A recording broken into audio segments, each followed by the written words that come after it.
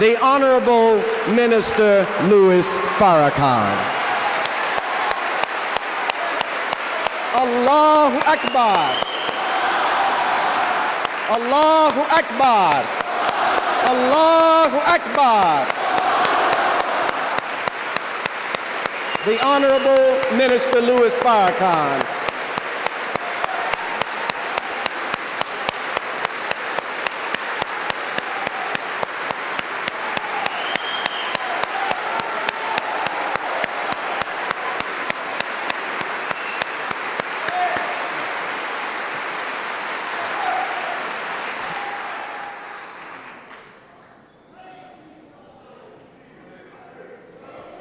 In the name of Allah, the Beneficent, the Merciful,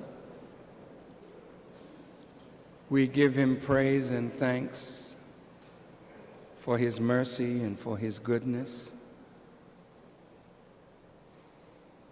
and for His always seeking to straighten the lives of His creatures when they have gone astray,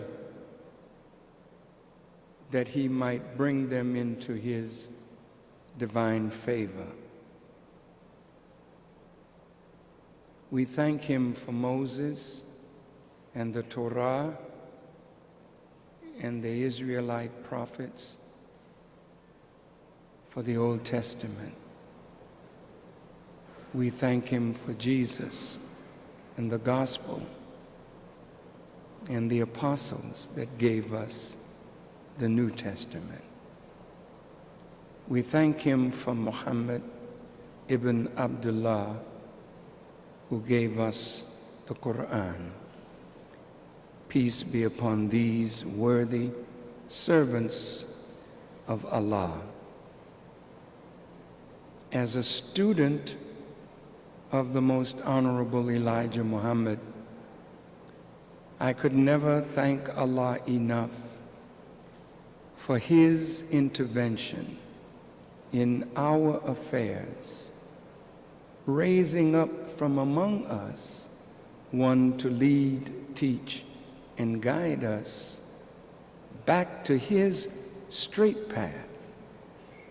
The one who intervened is Master Farad Muhammad, whom we believe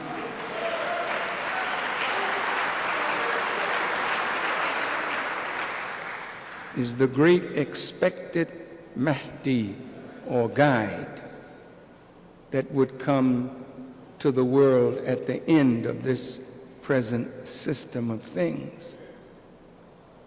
And we believe that the Honorable Elijah Muhammad is that great one whom the whole world is looking for, whom the world thinks is dead, but very much alive.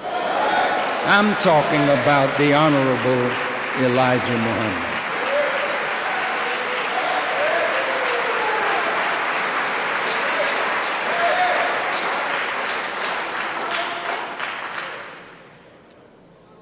This is a strange subject,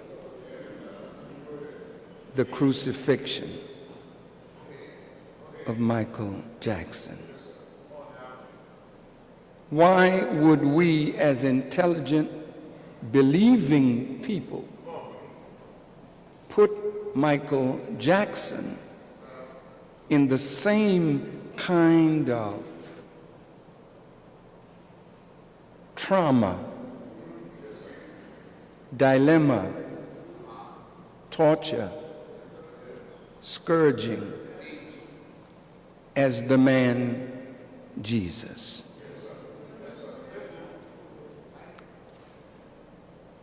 They mocked Jesus when they crucified him. They had at the top of the cross Jesus, King of the Jews.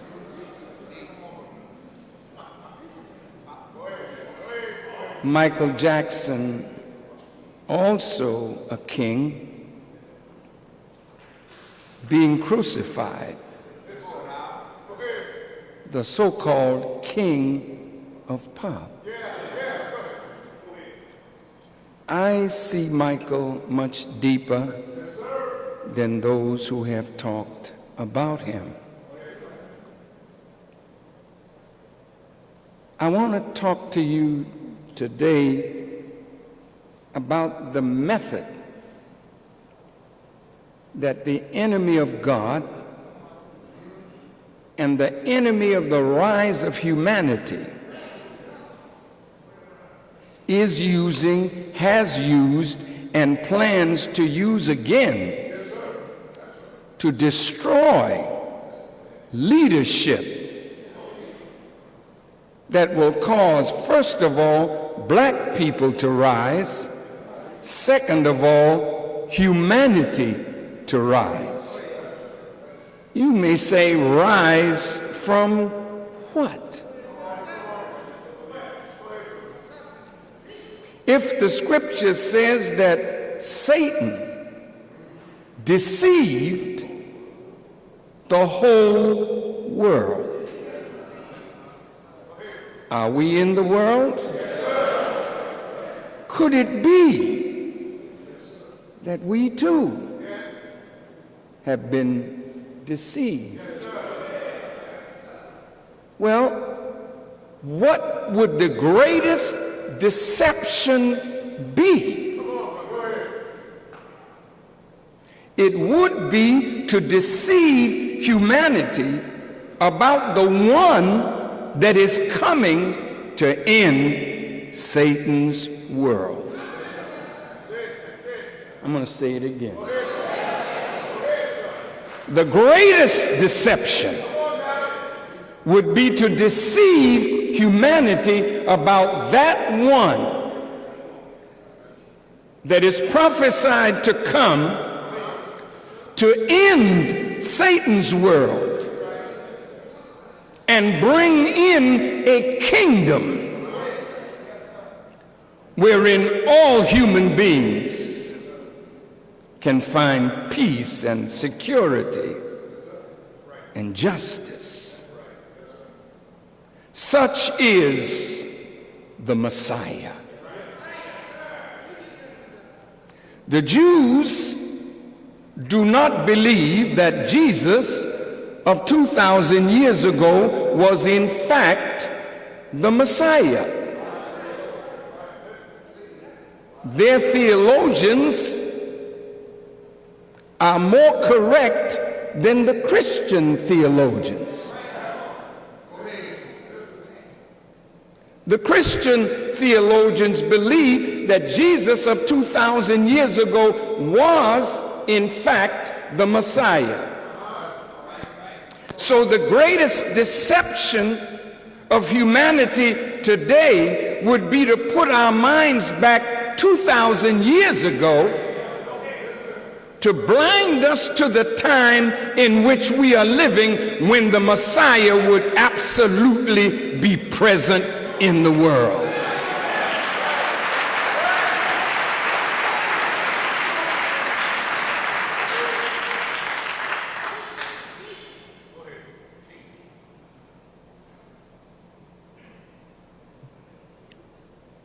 The scripture teaches God's coming is after the working of Satan,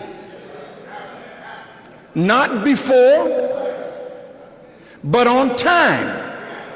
When Satan's time is up, God would enter into the world to challenge Satan, upset his rule, and his presence would create war and revolution. Because it will take war and revolution to undermine Satan's power and cause Satan to cast out Satan, so that the scriptures might be fulfilled, that if Satan cast out Satan, how then can his kingdom stand?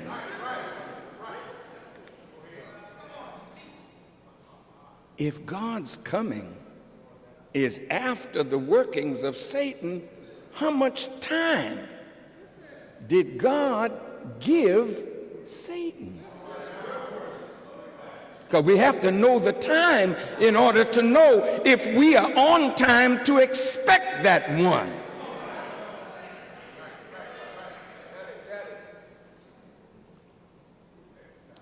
The Bible teaches from its beginning, or the Genesis, which is timed 4004 BC.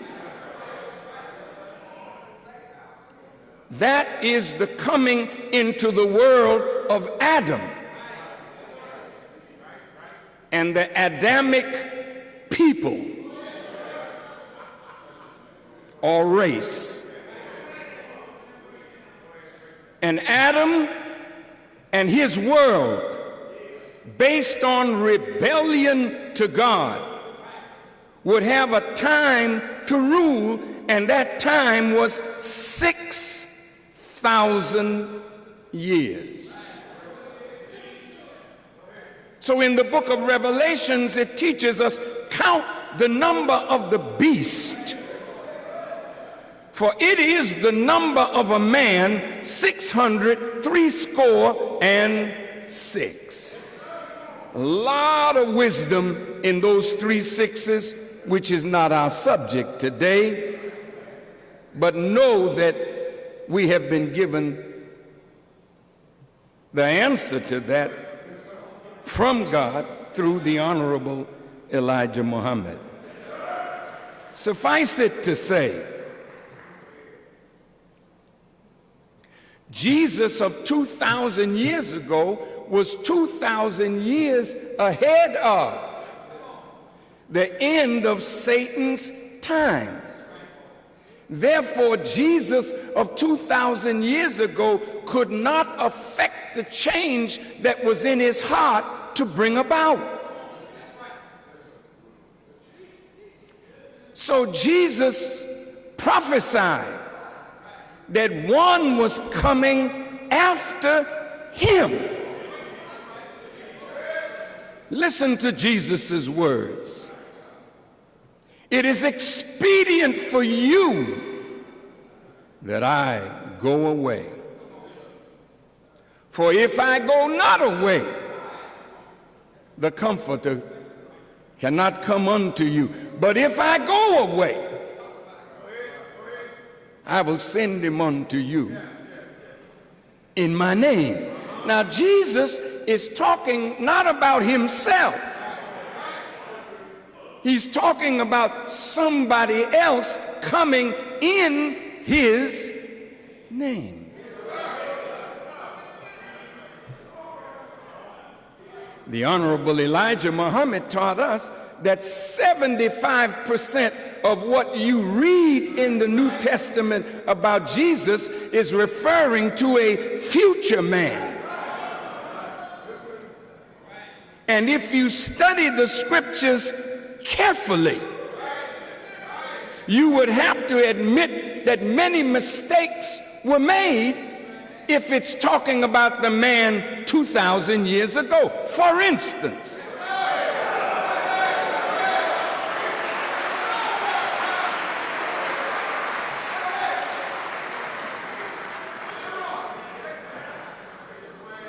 Jesus said, before one generation passes, you shall see this kingdom coming.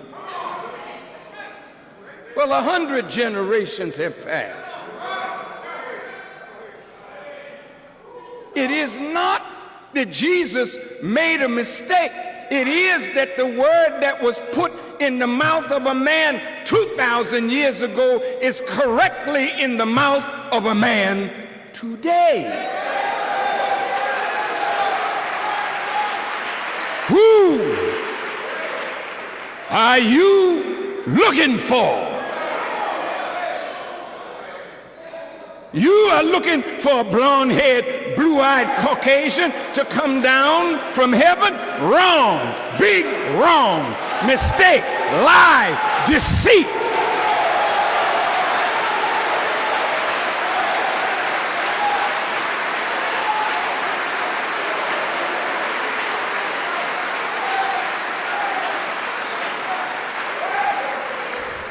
when there's a wanted poster,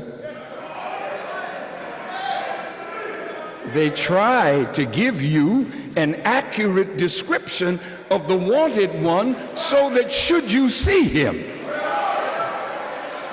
you can notify the appropriate authorities. How could God be less than the sheriff, or God be less than law enforcement, to know that a man is coming that will end the world of Satan, that all human beings should gravitate toward, and not give us an accurate description of what that man would look like, where that man would come from, and among what people should that man come from?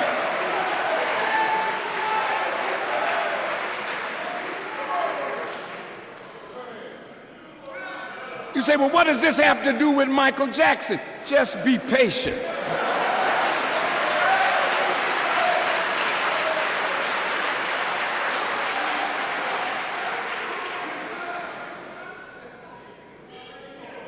See, Jesus started his mission very narrow. You could almost say that Jesus was a nationalist. I'm sure our nationalistic brothers would be pleased to know that they did refer to Jesus at one time as a nationalist, like Moses. But Jesus was far beyond that when he said to his disciples, "Go ye not in the way of the Gentiles, or even in the way of the Samaritans, but go ye to the lost sheep of the house of Israel." That's very narrow focus. Stay away from the Gentiles. Stay away from the Samaritans. Your first assignment is to the lost sheep. Near the end of his time, he said to his disciples, "Go ye into all the world and preach this gospel to every nation, kindred, and tongue." Now, we need to find this one.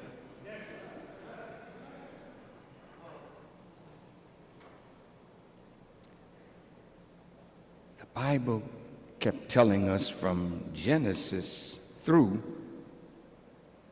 that he would come under the title Son of Man. This is the Bible talking. And to Muslims, I have to deal with the Bible first because the people don't know anything about the Quran. And it wouldn't be wise for me to start with the unknown.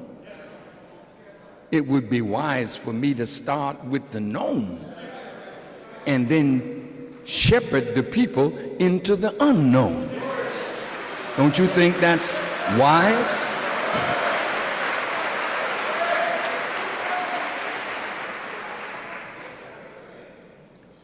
So in the Bible, when God destroyed the wicked in the days of Noah, he says, as it was in the days of Noah, so shall it be at the coming of the Son of Man.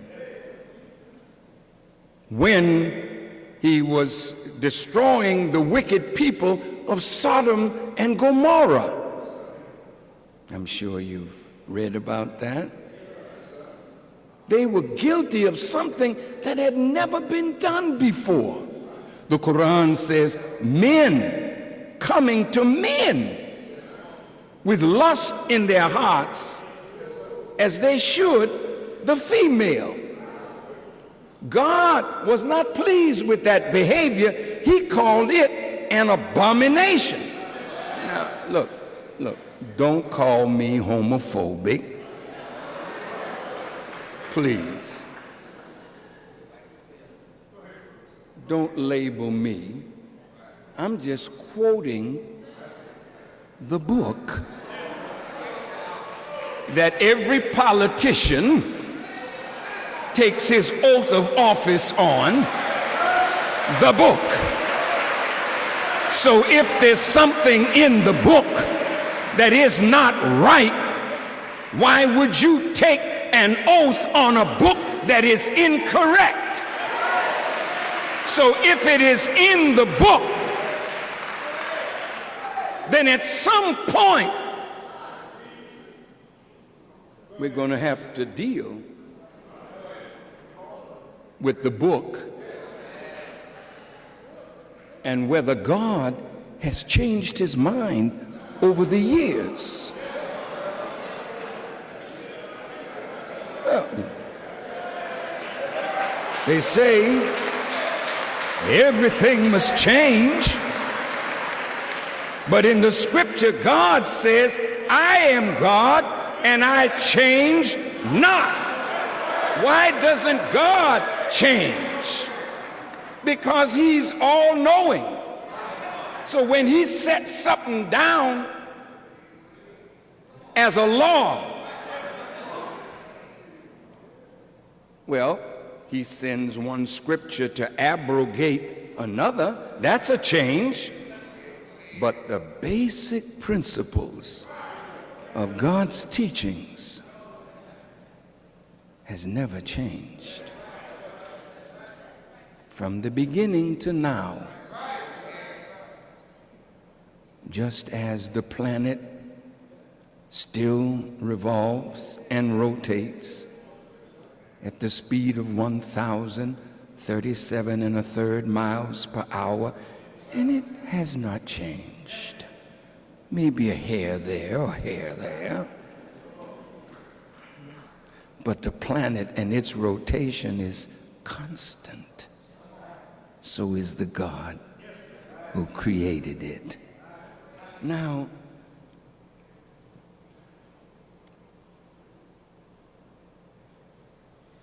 Satan colored Jesus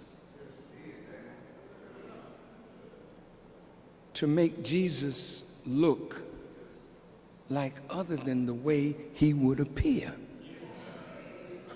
So, you say, well, color doesn't make a difference. No, not to an intelligent person, but it must have made a difference to the wicked.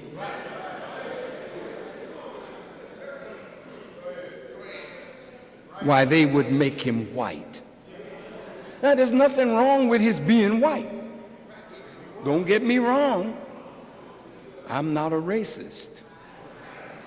I can accept whatever color God sends his man into the world in.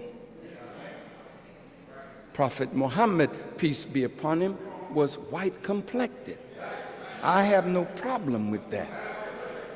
The truth of the book that he brought is sufficient for me to honor the one who brought the message.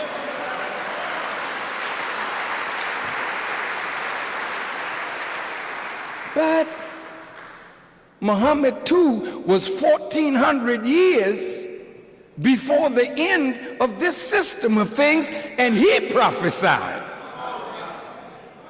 somebody coming. And in the Islamic tradition, they say the Mahdi would come, the guide, and with him will be Jesus, the Messiah. Both of these men show up at the right time at the end of this system of things. He's called in Quran, Maliki Yawmiddin, master of the day of requital, master of the day of religion, because he comes to break up these artificial barriers between religion and make religion one.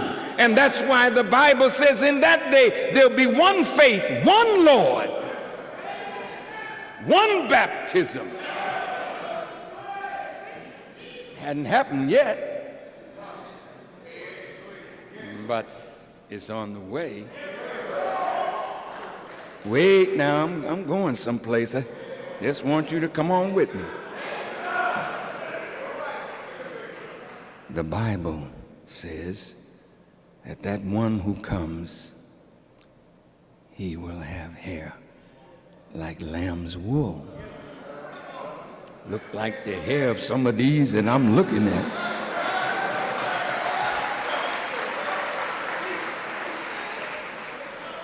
He would have skin like burnished brass.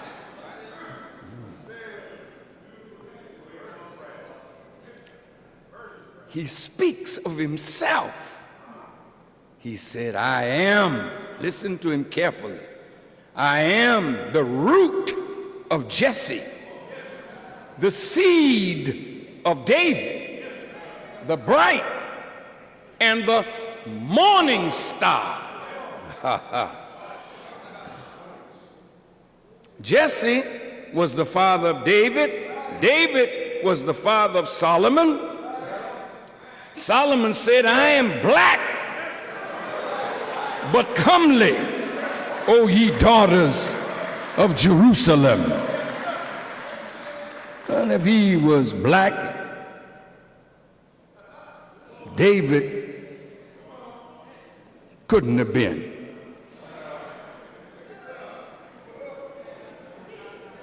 And Jesse, the father of David, he was the root of the man you're looking for. David was a prototype of the Messiah. I want to get to it today.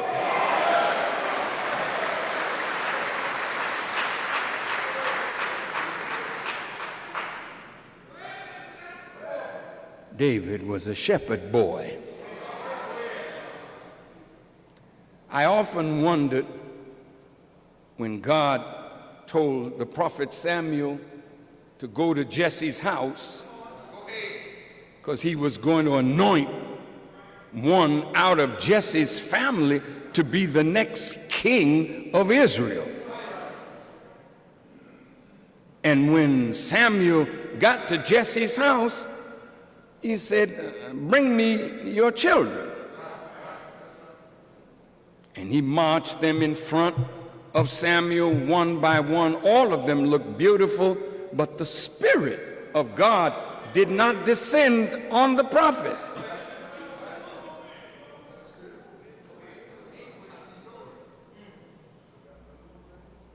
He said, don't you have another son somewhere? Well, that was always very interesting to me, because if a man asks you to bring your children and you bring all that you have and then you got one left out in the field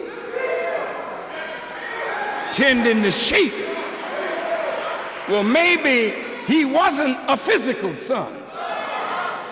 But anyway, he said, oh, yeah. He said, I got this ruddy complexion son.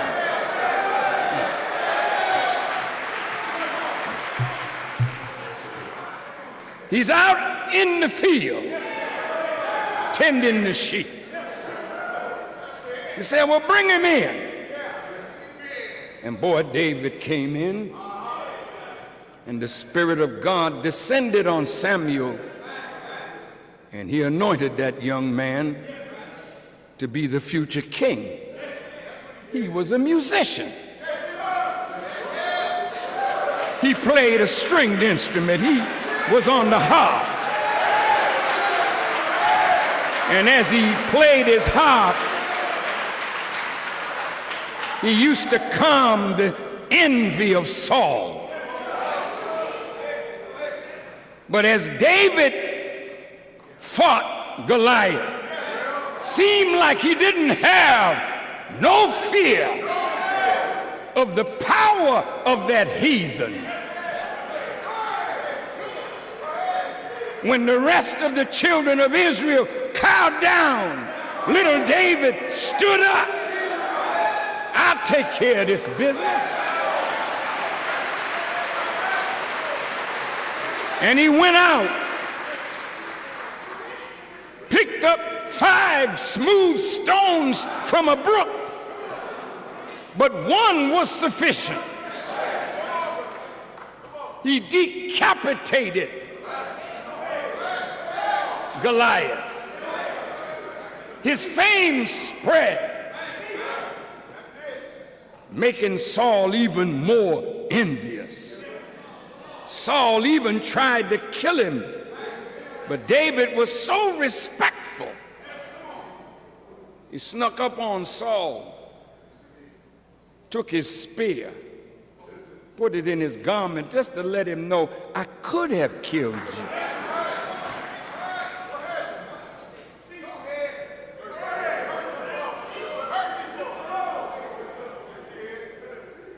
He was a warrior. He was a musician. He was a king. He was a prophet. But the difference between him and all the prophets before him, even though he made mistakes and he committed sin according to the Bible, the Quran does not say that. I'll speak on that in a second.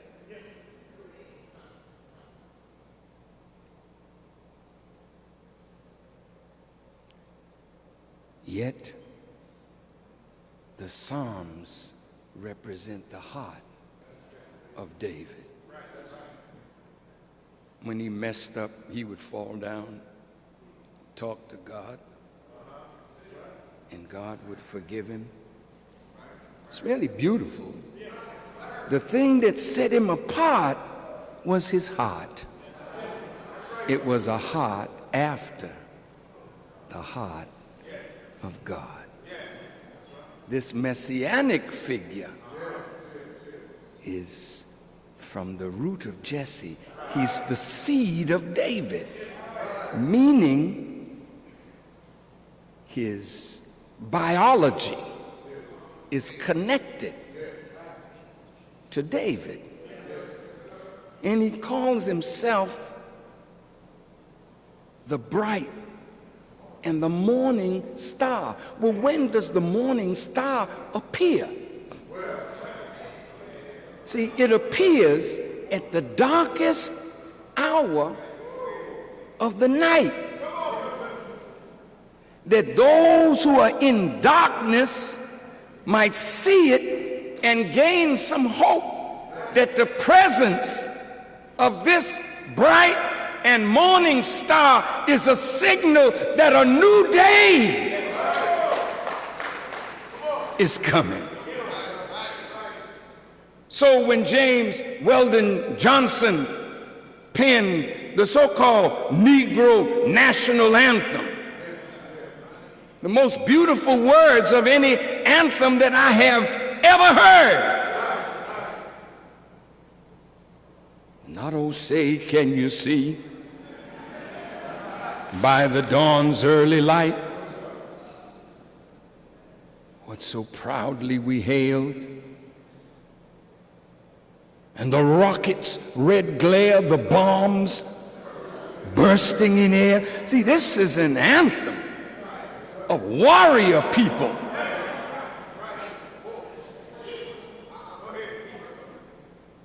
But James Weldon Johnson,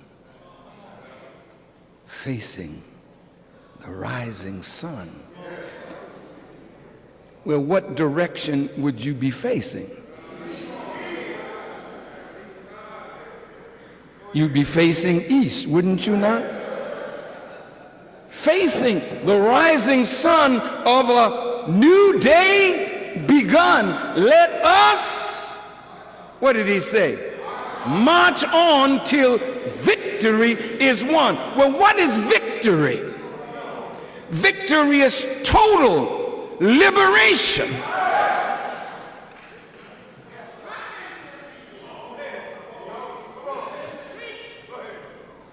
Then Matthew writes as lightning shineth from the east, even unto the west, so shall the coming of the Son of Man be. See? Not up, but eastward, this direction. This house, mosque, we call it, was a church made by the Greeks, but they made this house to face the east. They made this house to face Jerusalem. I never changed direction, because whether it's Jerusalem or Mecca, it is the holy city of Christians, Muslims, and Jews. So I keep a cross there under the crescent in gold because I respect the cross. I'm about to get to crucifixion. That cross we'll deal with. But this house is not a house that disrespects the religious paths that others take to get to God. This house, with the wisdom that comes from this house, from the Honorable Elijah Muhammad, has the science to bring together all of the religions into one. And that one is the one that was with Adam in the beginning.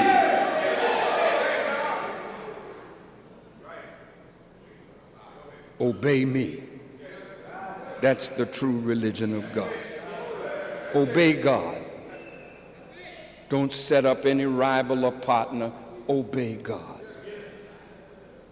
Well, that one that was to come out of the east has come.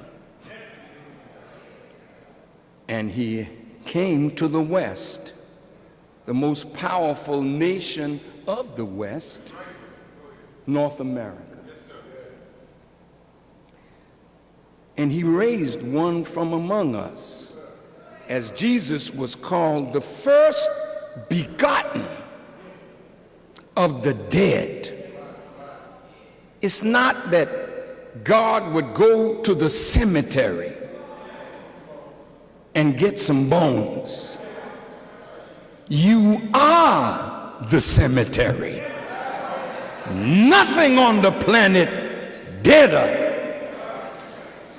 than the black man and woman of America, more divided, more disconnected. But God would come here to raise one from your ranks. Can any good come out of Nazareth? Can any good come out of the black man in America? Hell yes, the Messiah is coming up out of the black man of America.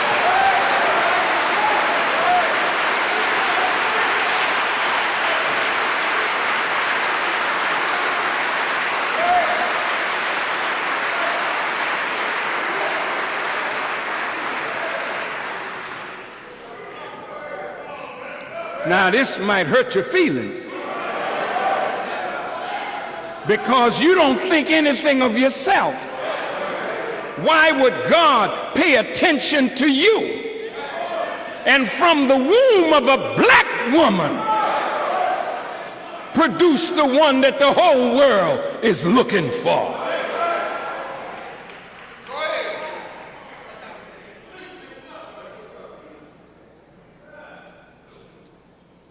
I'd like to go, before I get to Brother Michael, I want to go to the counterintelligence program of the United States government. Now, you have to understand, I want you to hear the words of J. Edgar Hoover. He said, when I thought, man, you was going to talk about the crucifixion. I told you. I told you to be patient. I want to show you Michael from another angle. He was more than an entertainer. He was more than a song and dance man. There was something divine about this brother. Oh, wait a minute. He committed sin. Well, since we're on that subject, do you know anybody that has not? Let's talk to the holy ones in the audience. Are there any of you, starting with myself, that has not done something in our life that we would be ashamed of if it became public? Talk to me.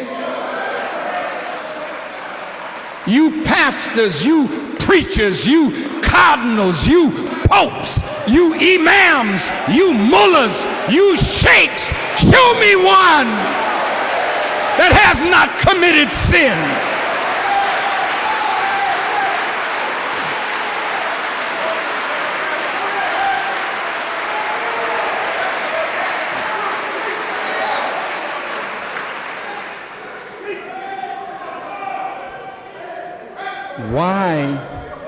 Why would anybody need the mercy and forgiveness of God if the flesh were not made to trouble the spirit?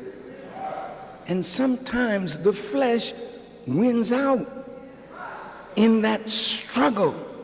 And even though we know right from wrong, isn't it true that we sometimes stumble? Well, all right. So I'm coming back to Jesus. I love him so much. These Jewish rabbis, they had found, this woman in adultery.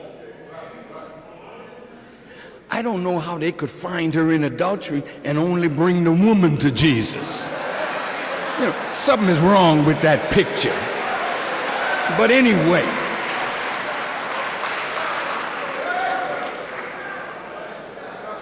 these chauvinists,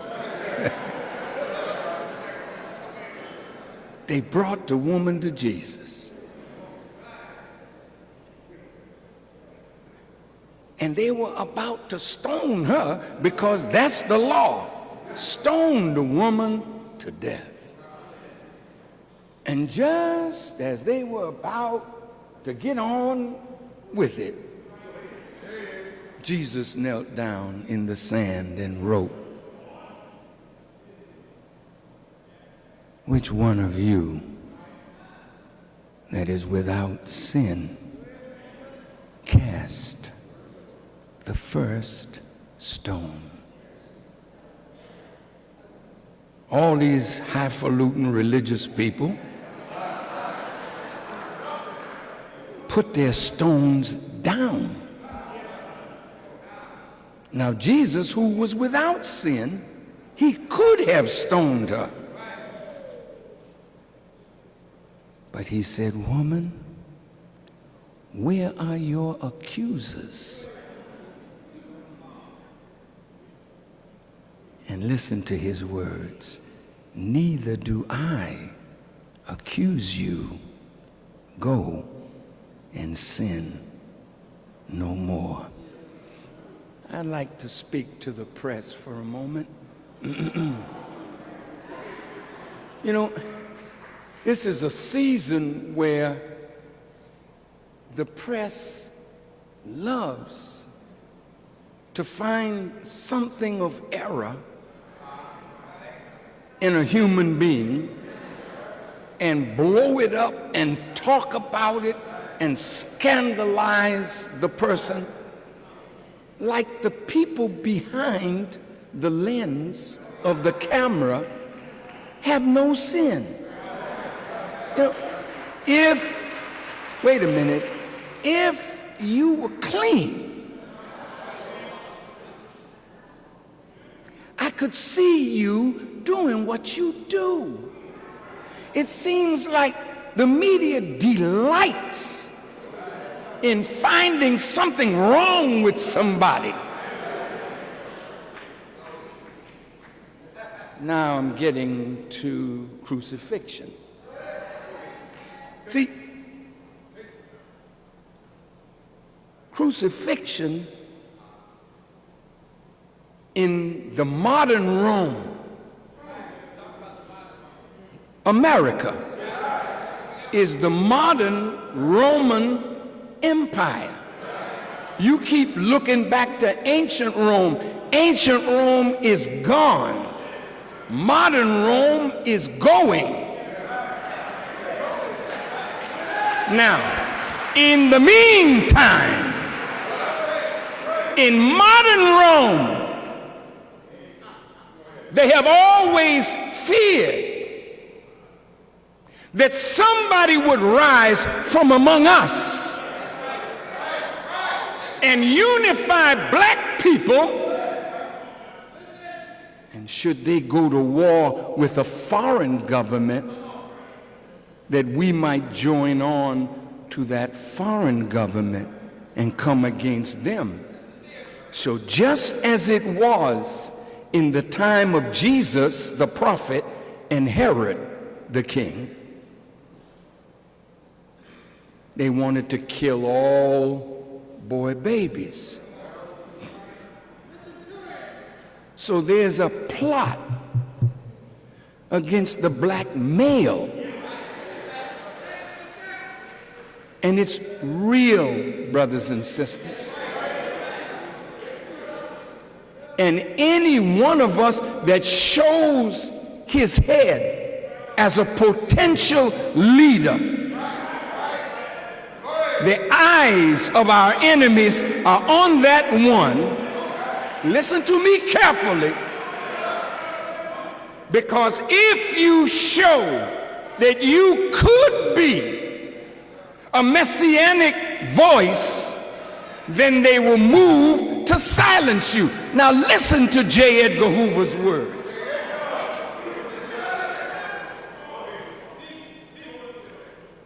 J. Edgar Hoover's counterintelligence program was to prevent the coalition of black nationalist groups. They invested money into keeping nationalist groups separated from each other, and even plotted to get us to kill one another. Number two, the aim was to prevent the rise of a Messiah who could unify and electrify the militant black nationalist movement, and to prevent violence on the part of black nationalist groups. Not violence among each other, but violence against them. Listen, their aim was to prevent militant black nationalist groups and leaders from gaining respectability by discrediting them to three separate segments of the community. 5, to prevent the long-range growth of these organizations, especially among young people. Now here's the tactics that they used. there was no black organization that was not infiltrated by agents and informers of the U.S. government to discredit and disrupt. They used dirty tricks, including the planting of false media stories, bogus leaflets, fake publications. They forged correspondence, sent anonymous letters, and made anonymous phone calls. They manipulated or strong-armed parents, employers, landlords, school officials, and others to cause trouble for the activists. And they used law. They conducted break-ins, vandalism, assaults, and beatings. The object was to frighten dissidents and disrupt their movement. Now, let's look at this thing called crucifixion and see how it's carried out. You know, crucifixion was used by the Persians, the Greeks, the Carthaginians, the Macedonians, and the Romans. It was reserved for slaves, rebels, pirates, and especially despised enemies and criminals. Crucifixion was considered a most shameful and disgraceful way to die. They would take the person, strip him of his clothes, make him carry his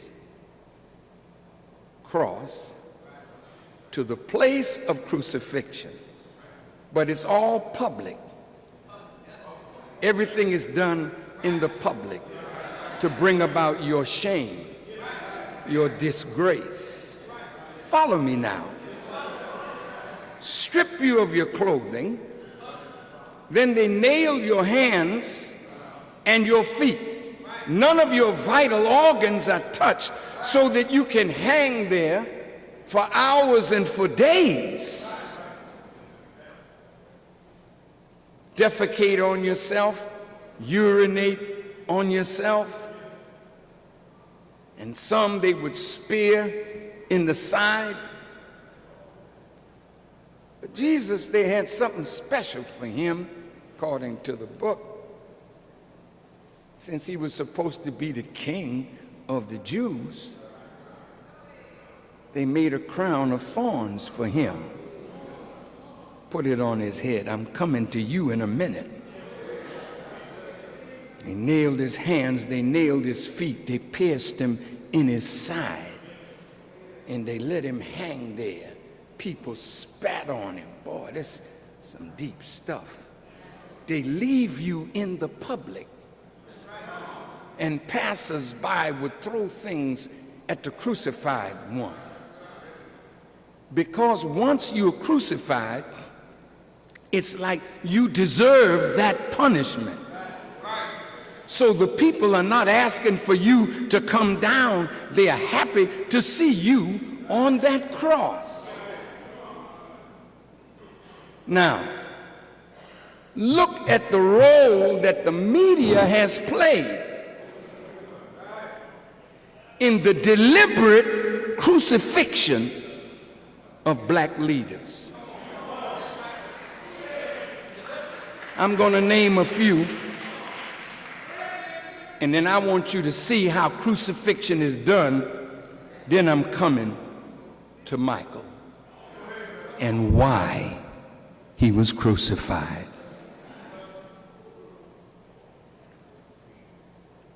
Denmark Vesey.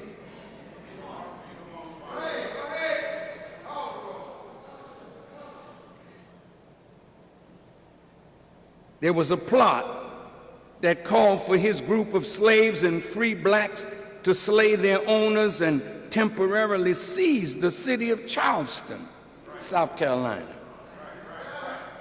They planned to sail to Haiti to escape retaliation because they were impressed with the revolution that took place in Haiti with Toussaint Louverture and Dessalines.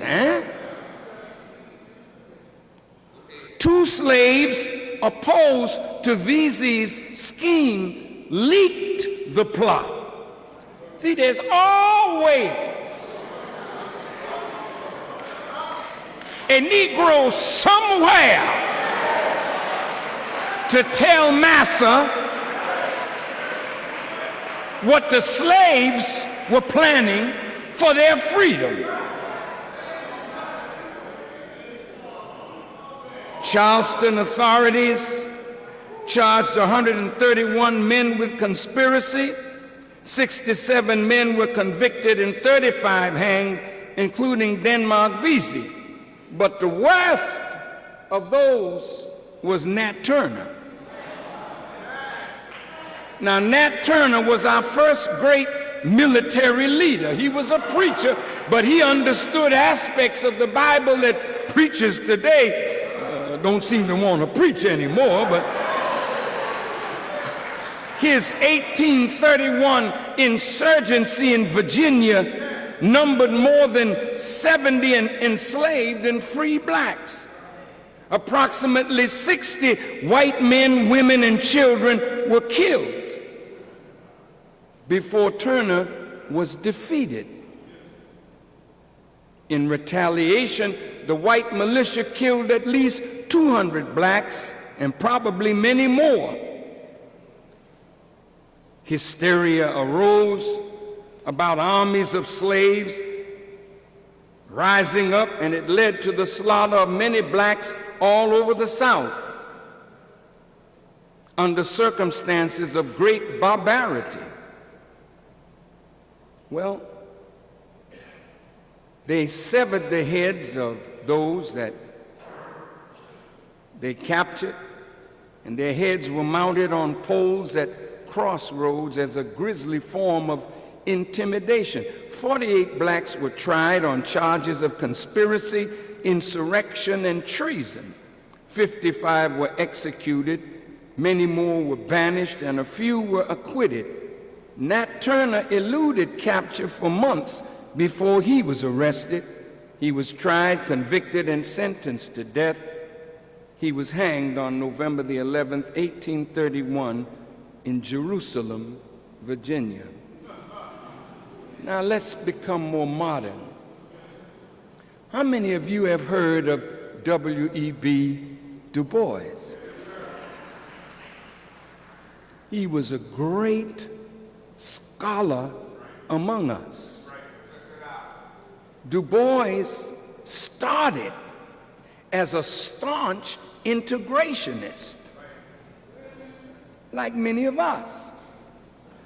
But later, he echoed a very Garveyite philosophy. W.E.B. Du Bois, that talked about the talented tenth and opposed Booker T. Washington, was also an opponent of Marcus Garvey.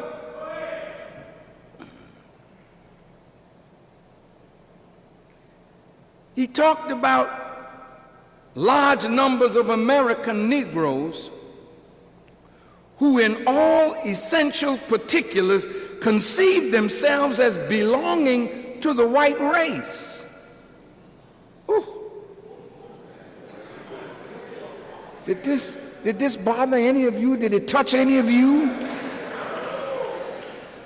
He said such Negroes were ever ready, quote, to flock to white America before they would flock to the brown West Indies or to black Africa or yellow Asia.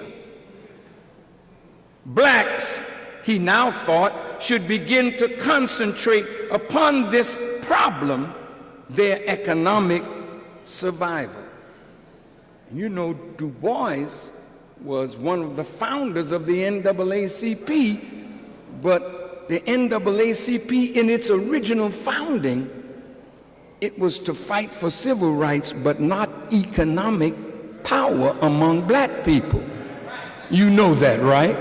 So E.B. Du Bois, once they found that he was growing into this kind of mind and began to write in the Crisis magazine some of his thinking, which I, as a baby, was reading the Crisis magazine by an more enlightened W.E.B. Du Bois, and he began to fuel my fire.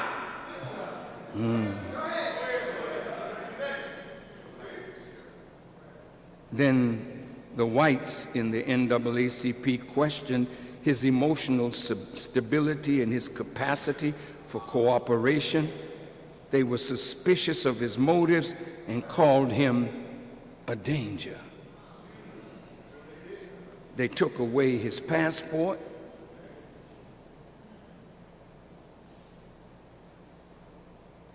And they literally made black people begin to look at W.E.B. Du Bois with a negative view. W.E.B. Du Bois today is admired by any of us with an ounce of intelligence. When you read this man's growth and development, Garvey died in London. E.B. Du Bois died in Africa, and his body is interred in Ghana. He died developing the history of Africa and African civilization so that our children would read of themselves not as slaves on some master's plantation, but see the greatness of yourself. And because he dared to teach us the greatness of ourselves, he suffered crucifixion. But the worst of it all, until modern times, was done to Paul Robeson. How many of you heard of Paul Robeson? Paul Robeson was a scholar. He was an athlete. He was an actor. He was a singer. And he was loved outside of America, in Europe, and particularly in Russia. Listen. In 1919, J. Edgar Hoover worked on trying to frame Marcus Garvey. Marcus Garvey headed the largest independent black organization in the world. And as Garvey grew, they became frightened because Garvey wanted to connect black people in America to black people in Africa. And that to them was dangerous, so what did they do? They framed him. They arrested him, sentenced him to 5 years in prison. His sentence was commuted and he was deported in 1927, but Hoover went on to FBI glory because he got rid of Marcus Garvey and the United Negro Improvement Association. Paul Robeson, at the height of his fame, he was an entertainer and activist. He began speaking out against fascism and racism in the United States and abroad.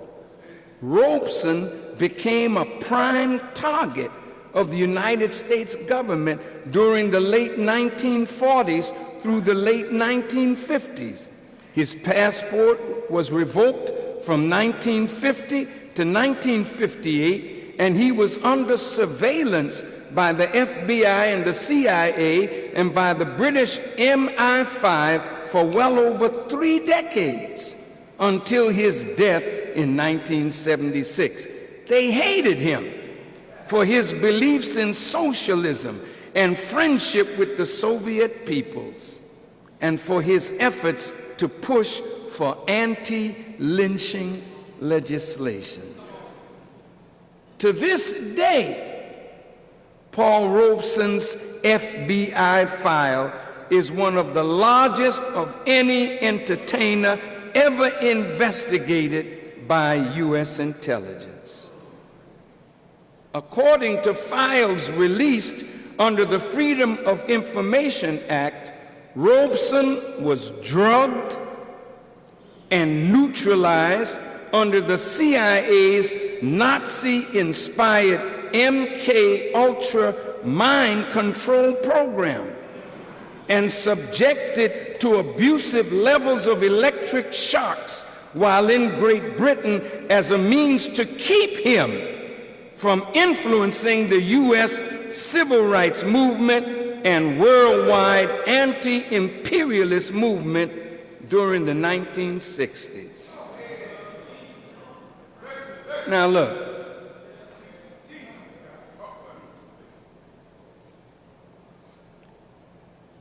they focused on black entertainers because black entertainers had money. At that time, blacks were not in the major leagues, just coming into baseball, just coming into football. So black sports people didn't have the money that black entertainers had.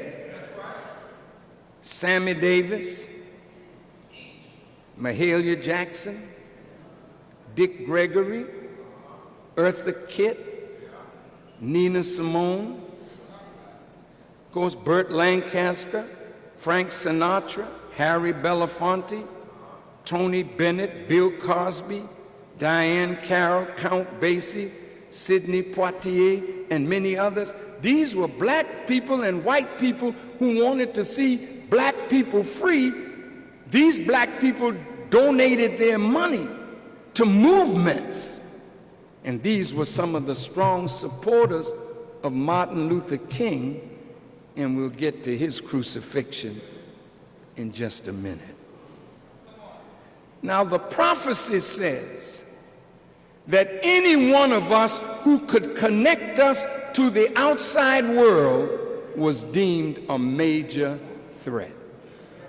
Garvey, Du Bois, Malcolm, Martin, Elijah Muhammad. Now, do you think that Marcus Garvey was a small-time leader who didn't think about preparing future leaders? Do you think Martin King was like that?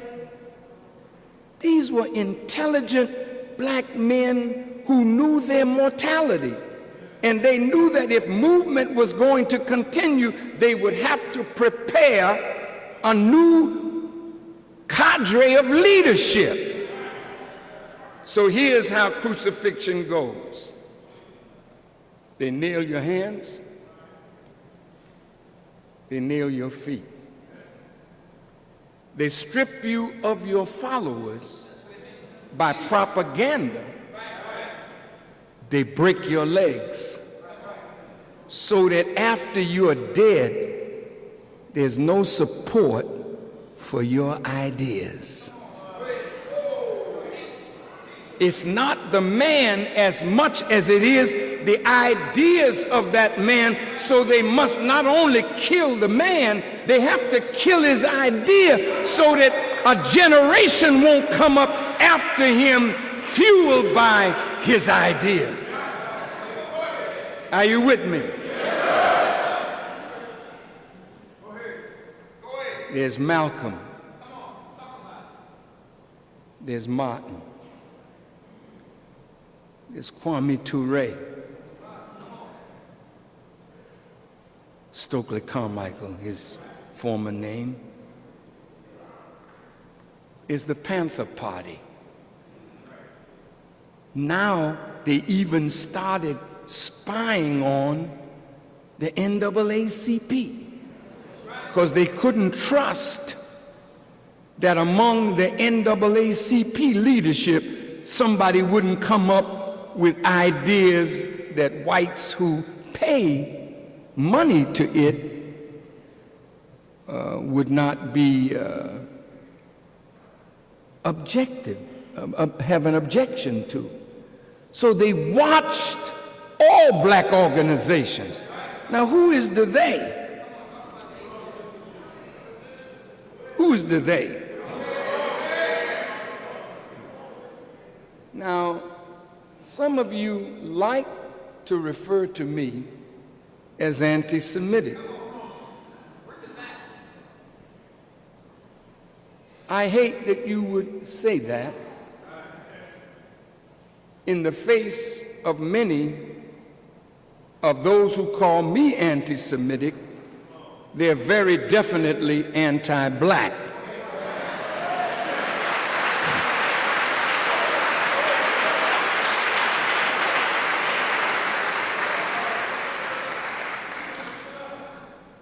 Now, there are certain members of the Zionist faction of Jews that have always wanted to control the means by which your crucifixion could take place. You notice how everyone that got crucified got first crucified in the media.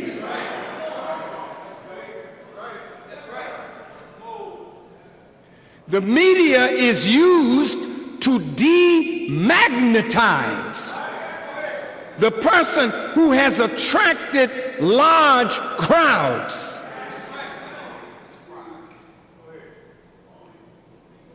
So to demagnetize you means to make you now unattractive to the people that once were attracted to you.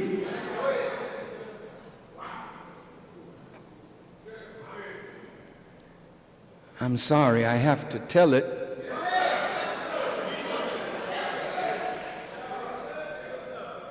There were members of the Jewish community that helped to start the NAACP, but they were watchmen over how that organization developed to keep it in a certain line. This is anti-black.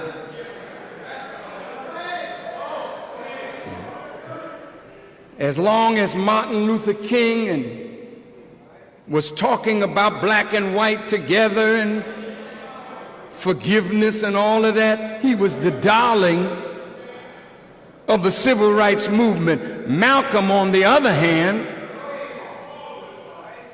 was like the real radical, and Martin Luther King loved, Malcolm hated. Malcolm was supposed to be the biggest anti-Semite of his day. You didn't hear me. Well, let me say it again. Now, as Martin started changing, see, that's what you have to understand about all of you who lead. As long as you don't change in your relationship to the powers, you can continue. But the moment they see change in you, then they have to destroy you so that you will never be a strong leader for your people.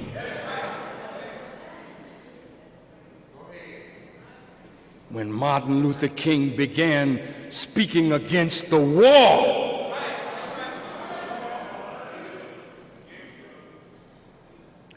that's when all hell broke loose. The black preachers turned on Martin King. They say, "You're making it hard for us, Martin, because your social gospel is interfering with us and our relationship with our former slave masters and their children." So they turned on Martin. The FBI called Martin Luther King a notorious liar. They started monitoring his hotel rooms, his offices, and they sent tapes to his wife of some affairs that he had, as though an affair will make a man less than a warrior for God and the liberation of the people.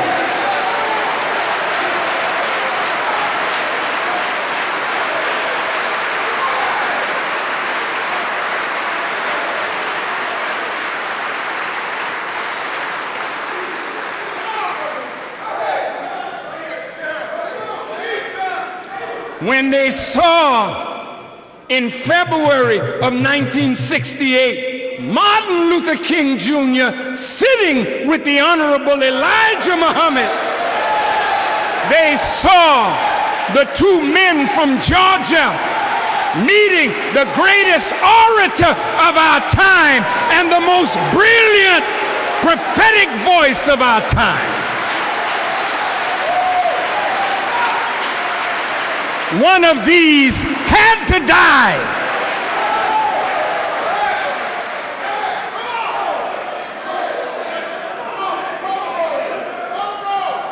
To kill Elijah would have meant revolution.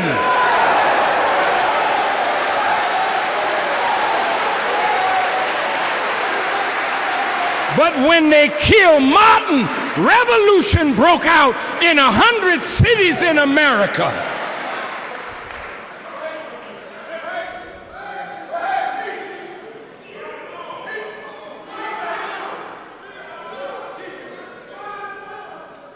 I'm talking about the U.S. government and the plots that they enact against black politicians that they're losing control over.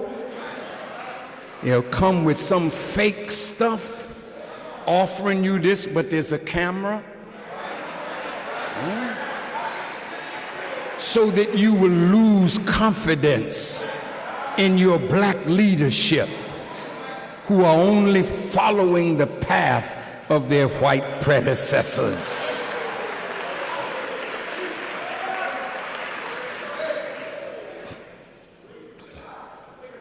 Now, Elijah Muhammad, the FBI did everything they could to destroy him, to destroy the Nation of Islam. And they thought the nation would never rise again.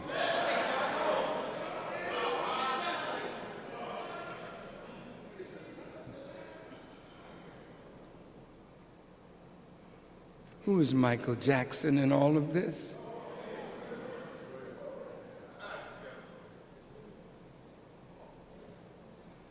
Michael Jackson, the seventh of 9 children, was born to a devout Jehovah's Witness mother. His father, Joseph, a steel mill worker who performed with an R&B band called the Falcons. Well, the boys didn't form the Jackson 5. Joe Jackson formed the Jackson 5. There's something about Joe Jackson that we have to understand.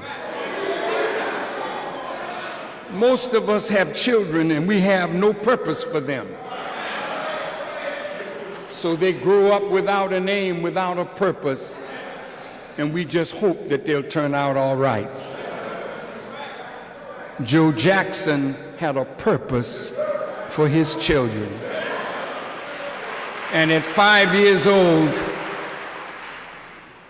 the Jackson 5 became a national hit. Their first 4 singles, I Want You Back, ABC, The Love You Save, and I'll Be There went to #1. The Jackson 5 were born. When I talked with Brother Michael, as I will chronicle now, he said to me, Farrakhan, I didn't have a childhood. I would have liked to have sleepovers and pillow fights and all the things that children did.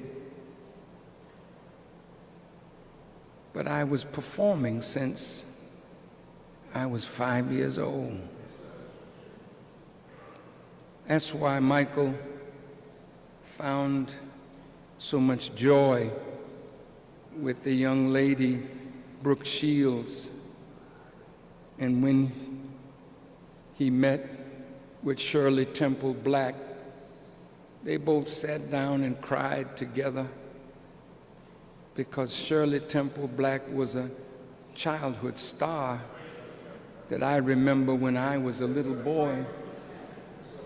And they, when you're gifted like that, you don't have a childhood because somebody's pushing you. And through pushing the gifted ones, the parents and others can become wealthy. I told Michael, I said, Michael, in the world of wisdom, we don't have time for foolishness.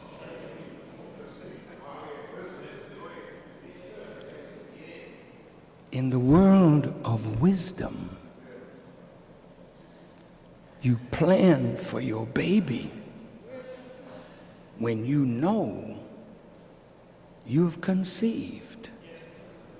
And even before that,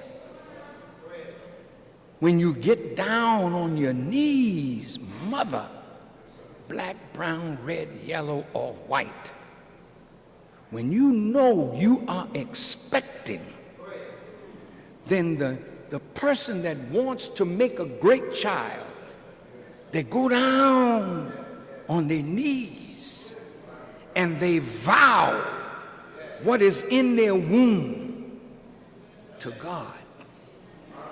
Listen, as this new life is being formed in the womb, it has eyes, but it cannot see, but ears, it can hear. It hears its mother's heartbeat. It knows its mother's voice. It hears what goes on in the environment around it. So a pregnant woman is so precious that you must never expose a pregnant woman to things that would damage that which is growing in her womb. Some people play voices to their child. Some play music to their child. And even though the Quran says when the child is born into the world, it knows nothing, but it has an inclination coming from that womb. The woman is sacred. And it's so sad that we as men don't realize how sacred the womb of the female is. That you make the prophets, you make the kings, you make the rulers, you make the demons. They all come from your womb. Michael Jackson's mother was a praying mother. That young boy was born into the world for a purpose and with a destiny bigger than music. We know him. My children knew him from the time he was 10 and came to public attention. My children grew up watching Michael Jackson and the Jackson 5, and when they had the little, what do you call it,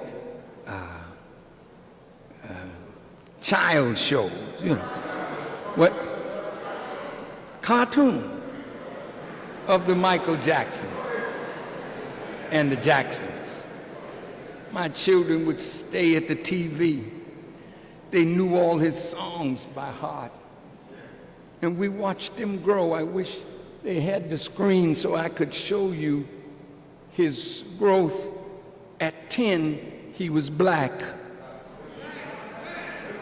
with a black face, kinky hair, broad nose, thick lips. Somebody told Michael he was ugly. Somebody told my brother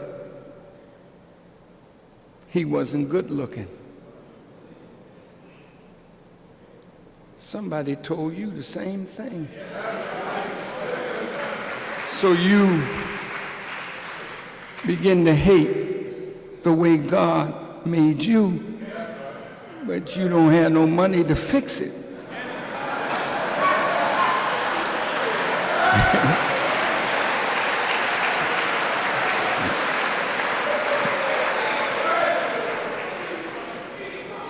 So as Brother Michael began to get a little money, he began to try and fix things. Well, I read something. He had about 6 nose jobs. He had a lot of stuff done. He had money, and he was working on himself. I had a conversation with Brother. He said to me, he said, "Minister, they always made us see black people as ugly people in the jungles of Africa." Listen to his words to me.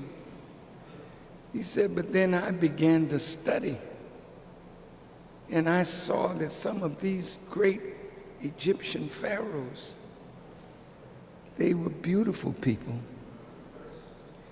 He said, "And so I went," he said, "to my friend Spielberg and David Geffen and others, and I asked them, would they help me to produce a movie on the lives of Africans to show black people how really beautiful we are and were." He said they turned him down, and he said he decided he would do it himself. It was Hollywood whose first movie. What was the first movie? The Birth of a Nation. How did it portray us? And how has Hollywood portrayed us? And who were the Hollywood moguls that portrayed us like that? Am I anti-Semitic, or are they anti-black?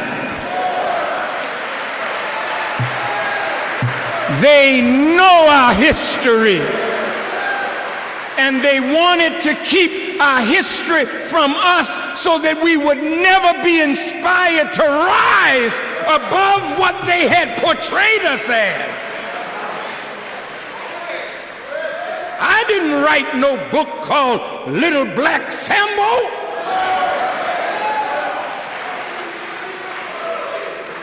Somebody wrote it for me to read. I'm not anti-Semitic, but they were anti-black.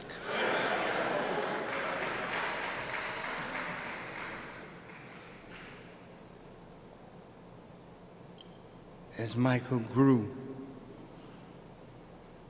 he began to change. He fixed his nose, he fixed his chin, he took some of the fat out of his jaws, and later on, you know, he contacted this skin disease called vitiligo. They say it first appeared on his hand, and that's why he started wearing the glove. But as you know, vitiligo, it takes away your pigment, and you'll have one part of you very light, almost like an albino, and the other part is natural. Michael, being before the public, he didn't want to be spotted, so he went to dermatologist who sped up the process. So Michael went from black at 10 years old to white in his 40s. They say when he died, his body was chalk white. He was bald from the burn in his hair, so he wore a wig. And they say that the pain that he suffered from that burn is what started him on the pain medication.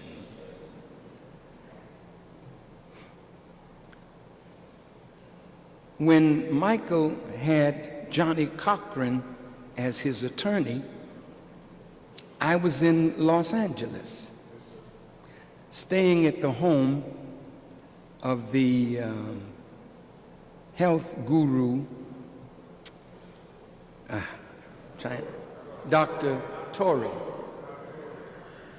And Johnny Cochran called me, and he said, I need you to talk to Michael. He's really going through something. Well, I didn't know what Michael was going through. This was my first conversation with Michael. It was in the 80s. And when I talked to Brother Michael, he was in deep depression. And I said, Michael, out of our pain came our creative genius. I said, if it were not for the pain of slavery, we wouldn't have spirituals, nor would we have blues or gospel. All of it came from our pain. That great gospel song that Martin Luther King wanted to hear the night before he was killed, Precious Lord, Take My Hand, was written by a Chicago brother who had just lost his wife. And in losing his wife, he went into the room, and his pain brought out that magnificent song. I said, let your pain, Michael, serve your creative genius. That's all I said. After that, Michael came out with the album called History. Now listen, it's serious. Because I didn't know what was giving him pain or who. But when he made that history, he starts talking about the pains. history. How many victims must there be slaughtered in vain across the land? And how many struggles must there be before we choose to live the prophet's plan? Every day, create your history. Every path you take, you're leaving your legacy. Every soldier dies in his glory. Every legend tells of conquest and liberty. Don't let no one get you down. Keep moving on higher ground. Keep flying until you're the king of the hill. No force of nature can break your will to self-motivate. She say this face that you see is destined for history. Then he wrote, they don't care about us.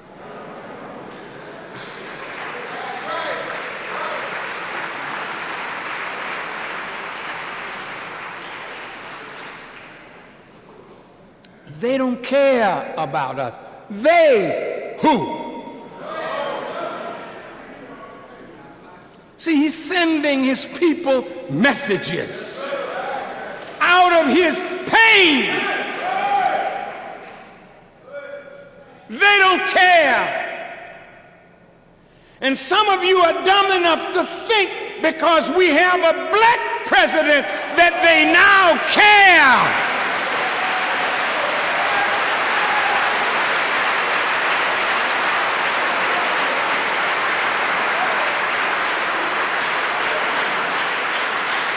If it does not get better for the least of us, then somebody still doesn't care about us. Skinhead, deadhead. Everybody gone mad. Situation, aggravation. Everybody allegation. In the suite, on the news. Everybody dog food. Bang, bang, shot dead. Everybody's gone mad. All I want to say is that they don't really care about us. Beat me, hate me, you can never break me, will me, thrill me, you can never kill me, Jew me, sue me, everybody do me, kick me, kite me, don't you black or white me. That's what Michael was talking about.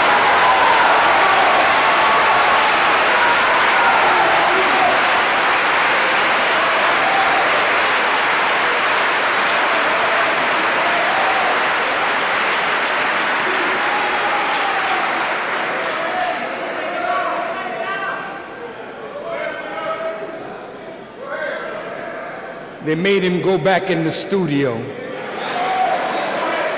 and change those words, and Michael was labeled anti-Semitic. Tell me what has become of my life. I have a wife and 2 children who love me. I am the victim of police brutality. Now I'm tired of being the victim of hate. You're raping me of my pride. Oh, for God's sake, I look to heaven to fulfill its prophecy and set me free. Skinhead, deadhead, everybody gone bad. Trepidation, speculation, everybody allegation. In the suite, on the news, everybody dog food, black man, black male, throw your brother in jail. All I want to say is that they don't really care about us.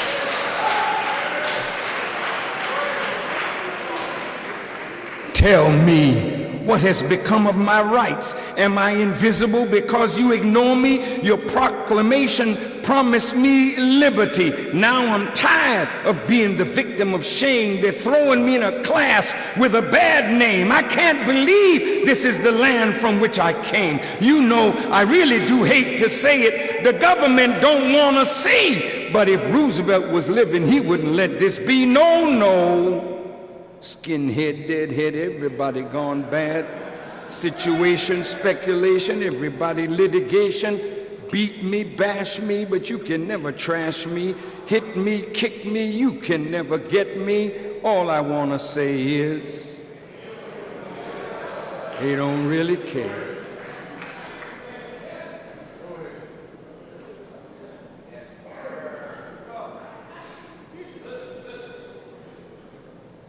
What you don't know is when one of us becomes famous, they watch us closely. Do you remember Different Strokes? Do you remember the little brother called Todd Bridges? I was in the home of Jim Brown, probably one of the greatest football players that ever played the game, and Todd Bridges was there. And he came to me and said, Farrakhan, I was going to change my name to an African name, and the FBI came and visited me and warned me that I should not do that or else. Why is his desire to change his name a problem for the U.S. government? It's because all of you wear the names of your former slave masters. And as long as you're in the name of your former slave master, you are not yet free. You got to get out of his name and come into the name of God, which you rightly deserve.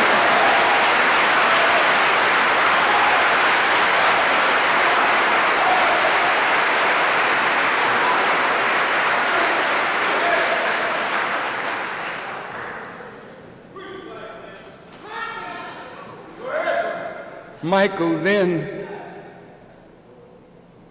was on his way to the cross because Michael had touched the hearts of people all over the world. Michael touched the hearts of every race, every culture, every ethnic group, every tribe. There was nothing that Michael hadn't touched, and now he's becoming dangerous. Dangerous. Didn't he write some song called Dangerous? He was telling us he had become dangerous. Dangerous to who?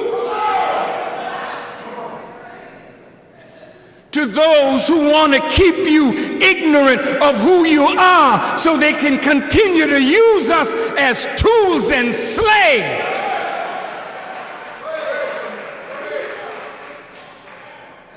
It's not about hate. This is not about anti-Semitism. It's about showing who is anti-black.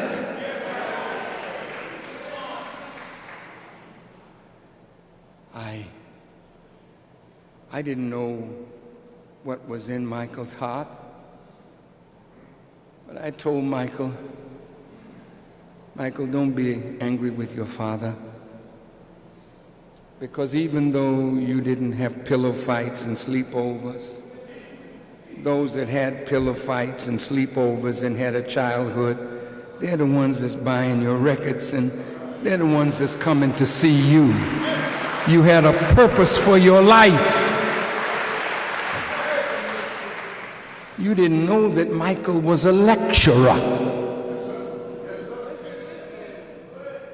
I was surprised when I read Michael's lecture at Oxford University in England. See,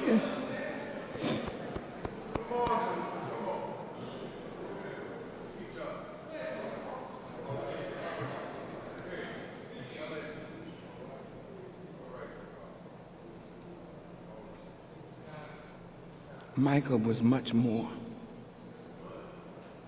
than a man of song and dance. Michael was a heart that beat for the love of humanity. This is part of Michael Jackson's speech at Oxford. It's titled, "Heal the Kids."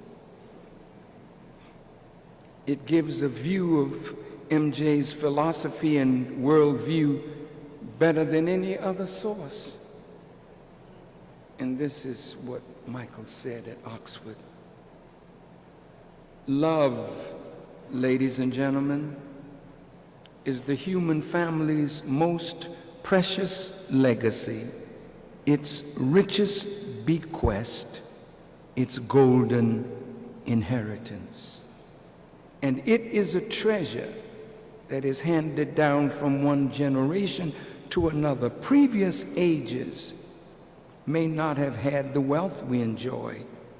Their houses may have lacked electricity, and they squeezed their many children into small homes without central heating. But those homes had no darkness, nor were they cold. They were lit bright with the glow of love, and they were warmed snugly by the very heat of the human heart. Parents, undistracted by the lust for luxury and status, accorded their children primacy in their lives. On the world condition, this is what Brother said. Friends, let me paint a picture for you. Here's a typical day in America. 6 youths under the age of 20 will commit suicide. 12 children under the age of 20 will die from firearms. Remember, this is a day, not a year.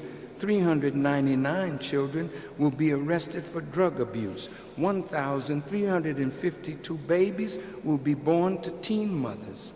This is happening in one of the richest, most developed countries in the history of the world. Here is Michael's goals. He said, our goal is simple: to recreate the parent-child bond, to renew its promise and light the way forward for all the beautiful children who are destined one day to walk this earth. They say that parenting is like dancing. You take one step, your child takes another. I have discovered that getting parents to rededicate themselves to their children is only half the story. The other half is preparing the children to re-accept their parents. Then he started talking about his father. He said he was talking about his father's father. He showed very little affection toward his family and raised my father and his siblings with an iron fist. Who could have imagined what it was like to grow up a poor black man in the South, robbed of dignity, bereft of hope, struggling to become a man in a world that saw my father as subordinate? I was the first black artist to be played on MTV, and I remember how big a deal it was even then, and that was in the 80s. My father moved to Indiana and had a large family of his own, working long hours in the steel mills, work that kills the lungs and humbles the spirit, all to support his family. Is it any wonder that he found it difficult to expose his feelings? Is it any mystery that he hardened his heart, that he raised the emotional ramparts? And most of all, is it any wonder why he pushed his sons so hard to succeed as performers so that they could be saved from what he knew to be a life of indignity and poverty? I have begun to see that even my father's harshness was a kind of love, an imperfect love, be sure, but it was love nonetheless. He pushed me because he loved me, because he wanted no man to ever look down on his offspring. And now, with time, rather than bitterness, I feel blessing. In the place of anger, I have found absolution. And in the place of revenge, I have found reconciliation. And my initial fury has slowly given way to forgiveness. And that's what I'm asking all of us to do tonight. Live up to the fifth of the 10 Commandments. Honor your parents by not judging them. Give them the benefit of the doubt. That is why I want to forgive my father and to stop judging him. I want to forgive my father because I want a father, and this is the only one that I've got. I want the weight of my past lifted from my shoulders, and I want to be free to step into a new relationship with my father for the rest of my life, unhindered by the goblins of the past. In a world filled with hate, we must still dare to hope. In a world filled with anger, we must still dare to comfort. In a world filled with despair, we must still dare to dream. And in a world filled with distrust, we must still dare to believe. Michael Jackson.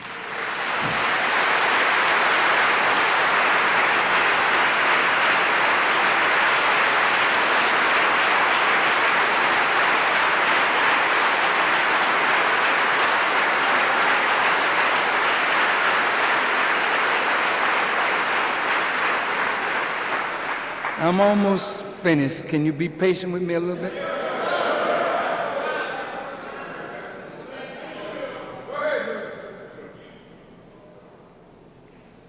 I love this brother. And I feel a deep sense of personal loss. We had a quiet relationship. And he would call me on New Year's Day to wish me well and send me big bouquet of fruit in a huge bowl.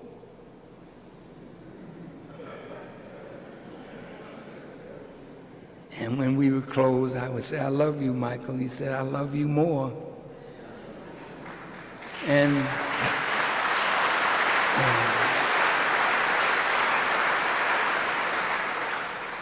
Michael wanted to fight the powers that were controlling him and trying to steal his legacy. Michael was a wise young man. When he bought for $35 million, I think it was, the master recordings of his own music and half of a 750,000 song catalog that includes music by the Beatles, Elvis Presley, Bob Dylan, the Staple Singers, Neil Diamond, and the Jonas Brothers. That means anytime they play any of those songs, he gets paid.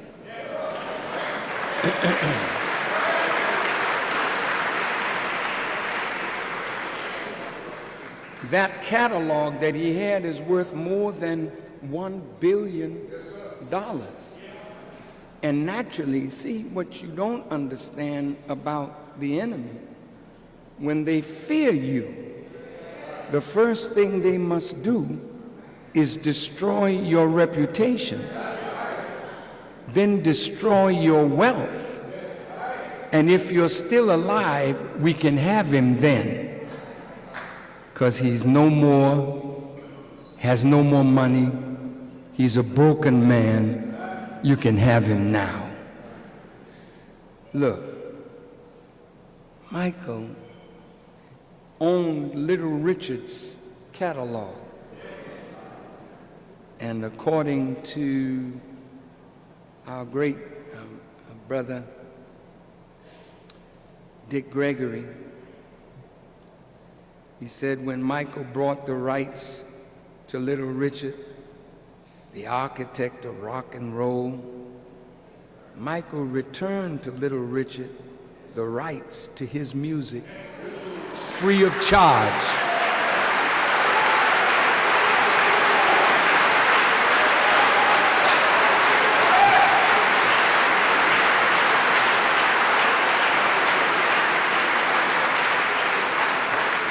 Now, I would like to tell you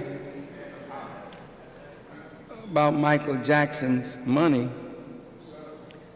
See, knowing something about him just before he died,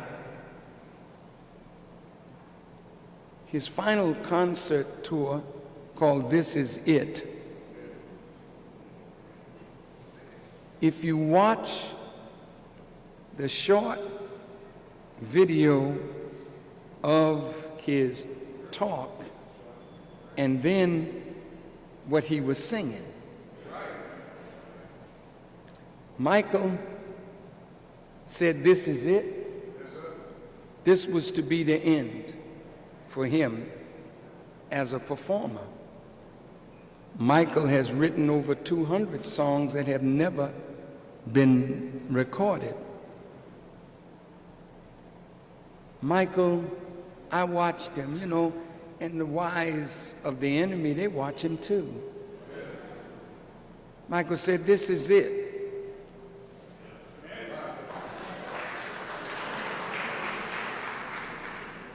I don't know what that means to you.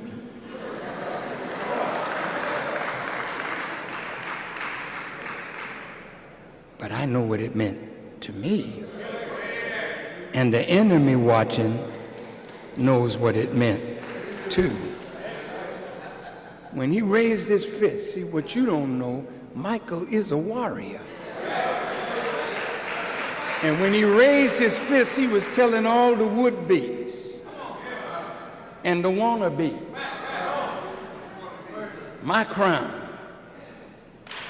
is like Michael Jordan's jersey. Nobody can wear my number when I finish. You hang it up, you put my crown on the shelf, because it's the unreachable star. It's the unattainable goal. But I'm going to show the world that I am Michael Jackson, and I'm fighting for my legacy. This is it. And then when you watched him on the stage, see, he's in a militant. Looked like an FOI, you know.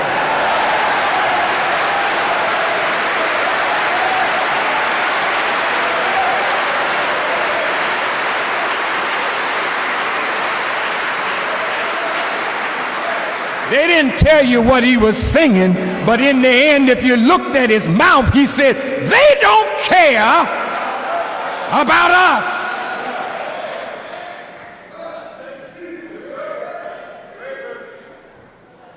Now, Peter King,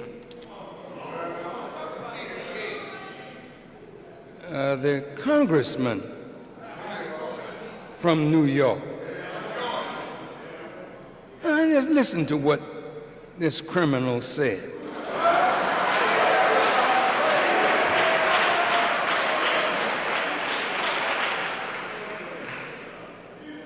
He's a circumcised heathen.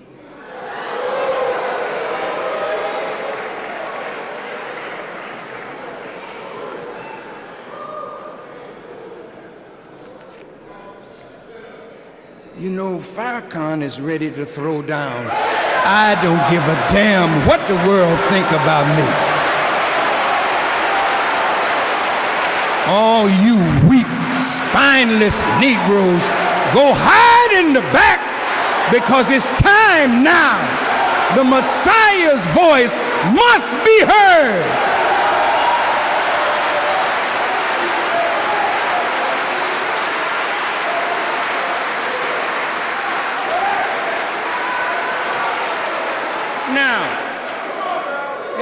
Representative King. Hang in there with me.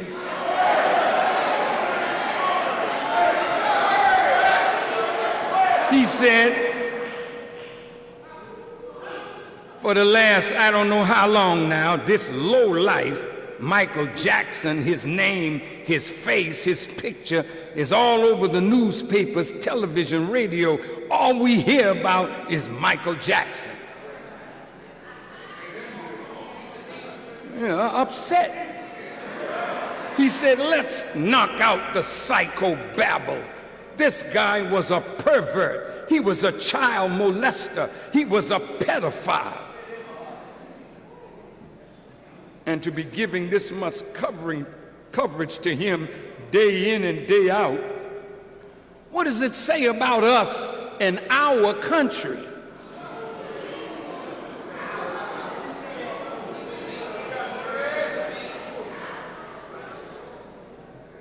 We don't need Michael Jackson. Yeah, he died. He had some talent. Fine. People are dying every day. Men and women are dying in Afghanistan. Let's give them the credit they deserve. Yeah, and they're there on the basis of some BS by your former president and the government of the United States. They are there to die for nothing. They can't win.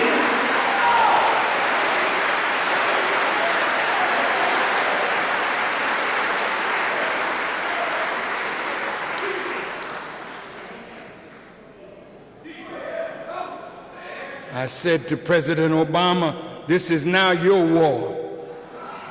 And the best thing you can do is find the quickest way to get out of there, because there will be no victory in Afghanistan for America or her allies.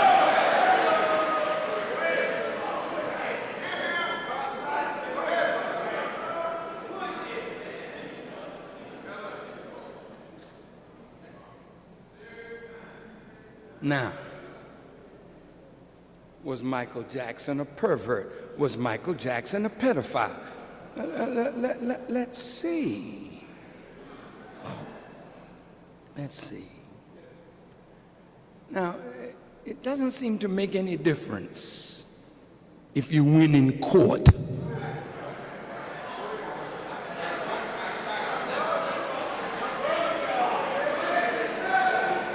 Now, the only time that he went to court on these charges, he won.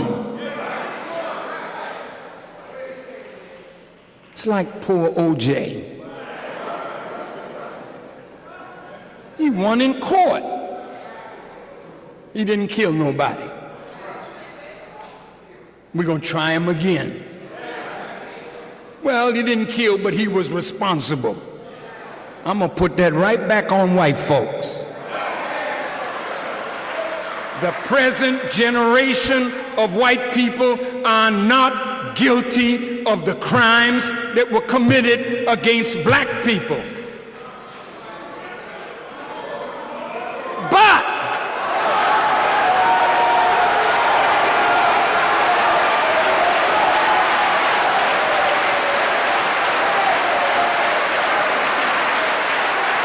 But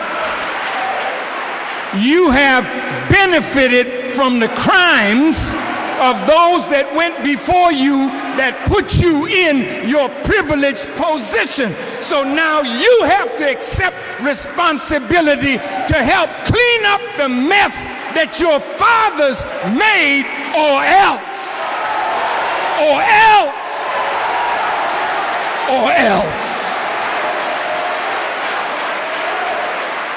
I'm not talking for me.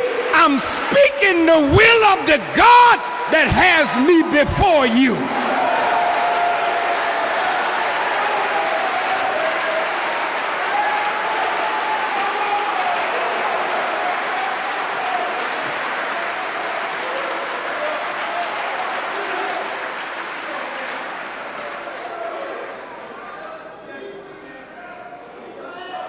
Now, it was mentioned that the former accuser of Michael in 1993, Jordan Chandler, had retracted his claim and now says that his father pushed him to do it. Well, I had my research people check it out, because I don't want to be guilty of any false statement. And according to Snopes.com, a website that tracks down the veracity of internet reports and rumors, this report is not true. However, there is a transcript of a phone call made by the boy's father that makes the boy's claims highly suspicious. On July 2nd, 1993, in a private telephone conversation, Evan Chandler was tape recorded as saying, quote, "There was no reason why he, Jackson, had to stop calling me. I picked the nastiest SOB I could find." Evan Chandler's lawyer, Barry Rothman. All he wants to do is get this out in the public as fast as he can, as big as he can, and humiliate as many people as he can. He's nasty, he's mean, he's smart, and he's hungry for publicity. Everything's going to a certain plan that isn't just mine.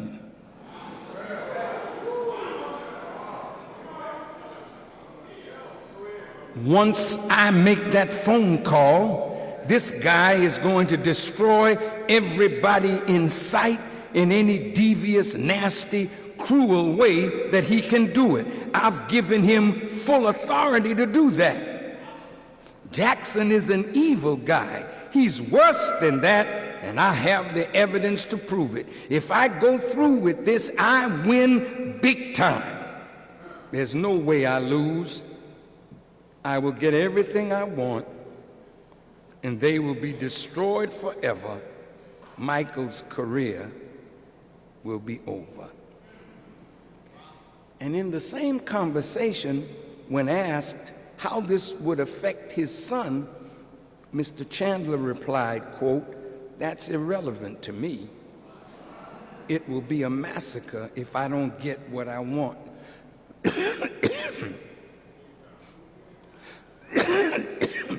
It's going to be bigger than all of us put together. This man, Jackson, is going to be humiliated beyond belief. He will not sell one more record. The recorded conversation was a critical aspect of Jackson's defense against the upcoming allegation made against him. He and his supporters argue that he was the victim of a jealous father whose only goal was to extort money from the singer. Now, what you gonna do to Michael?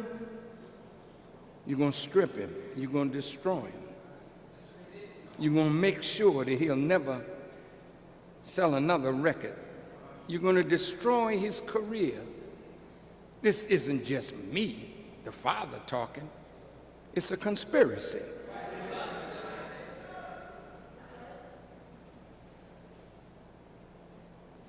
This is the crucifixion. You saw Michael's color going from black to white. That's the outside journey.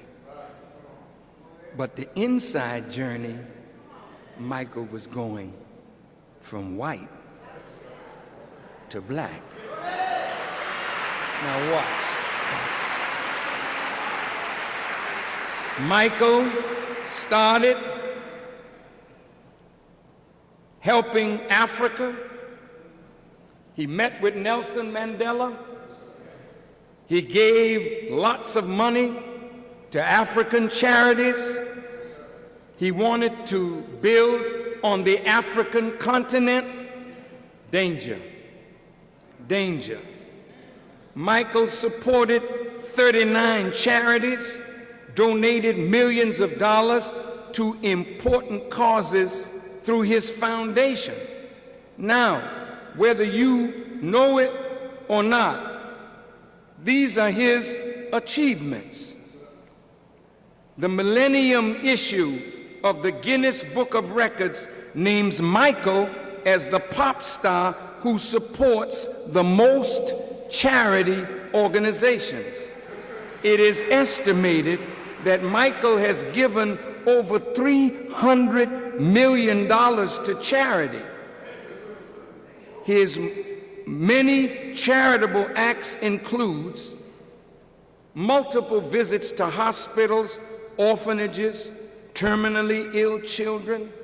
He paid for funerals of underprivileged and victims of disasters, brought thousands to visit Neverland free, paying for a liver transplant. He gave to childhood diabetes research, mother-to-child HIV transmission in Africa, drug abuse, immunization, leukemia, cancer research, hemophilia, AIDS, juvenile diabetes.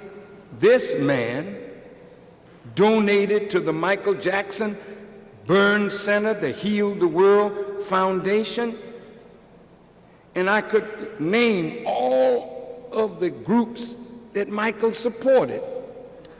And when we were doing the Million Man March, I met with Brother Michael in a hotel suite in New York, and I said, Brother Michael, it's one thing if 1 million women and girls cheer for you, but when 1 million men cheer you, that's significant. I said, Michael, what I would like for you to do is to come to the Million Man March and sing the song, I'm looking at the man in the mirror. Michael was all for it, but after we left, somebody persuaded him differently. But Michael gave $100,000 to the Million Man March.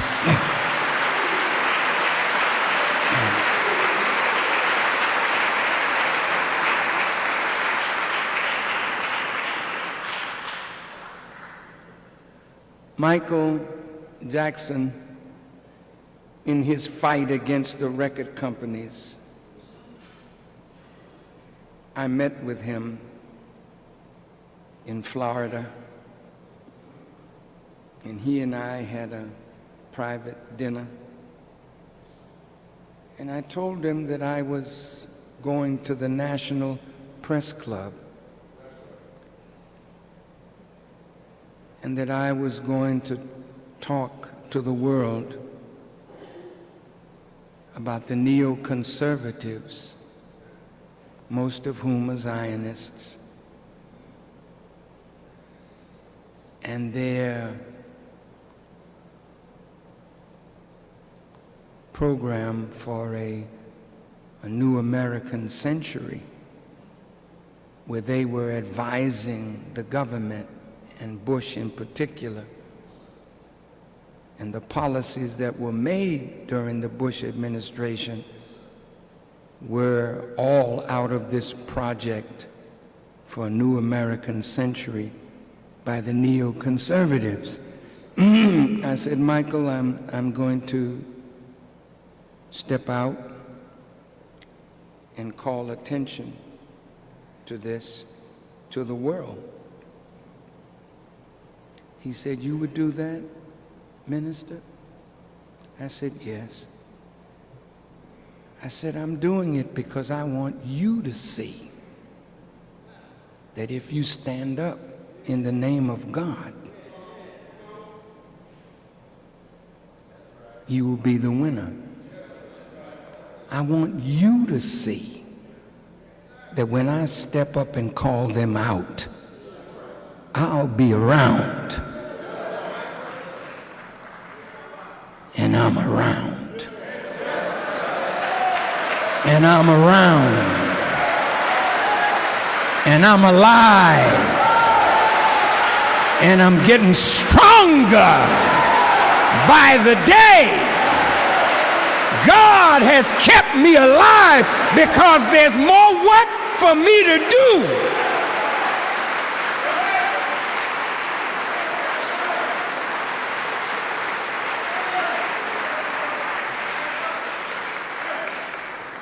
I won't tell you the rest.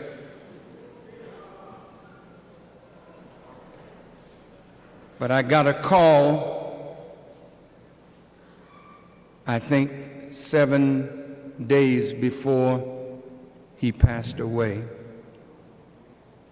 It was from a lawyer whose name I won't call, who said, "Farrakhan, please get in touch with Michael. He's in serious trouble." I said, "What do you mean?" He said, "Michael agreed to do 10 concerts. Now they've booked him for 50. And we're afraid that he won't be able to fulfill the obligation, and he will be sued, and this will be a way for them to take his legacy, the catalog that he owns." I said, "Well, what do you want me to do? He hasn't called me." He said, "But there are people close to him that are followers." I said, "Really?" He said, "Yes." I said, "Well, give me a few days. Let me think about it." I went to Africa, and the first day that I arrived in Africa, we were sitting at the table having dinner, and a text message came to Rock Newman that Michael had had cardiac arrest. I hit the table and I said, "My brother is gone." 15 minutes later, we got another text message saying that Michael Jackson was dead. I was invited to his memorial, not to say anything. I guess it would have been too much.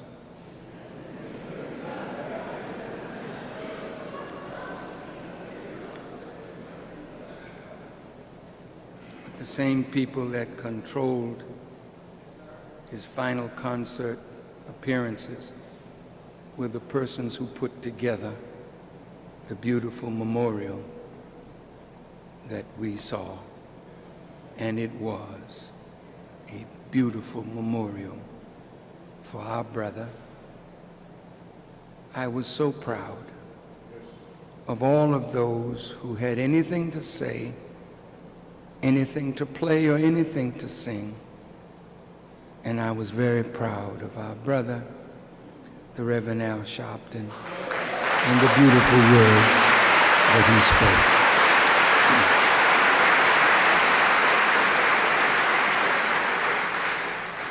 CNN kept calling me because they knew I was there, so they wanted me to say something.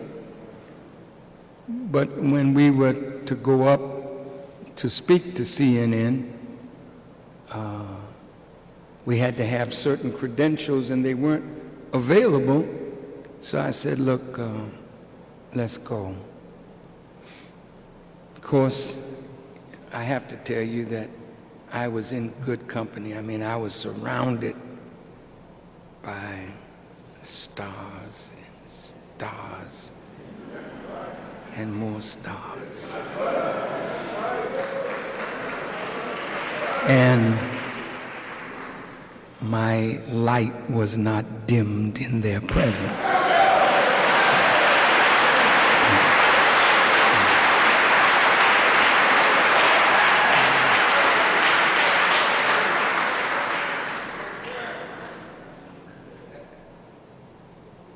At the repast, I talked to his family and encouraged them. I believe that the best place for Michael Jackson's body, I still think he owns half of Neverland, is for a beautiful mausoleum to be built at Neverland. And all of the rides that some of the FOI enjoyed when we were at Neverland, while I and Michael were having long talks, the brothers were in the bumper cars.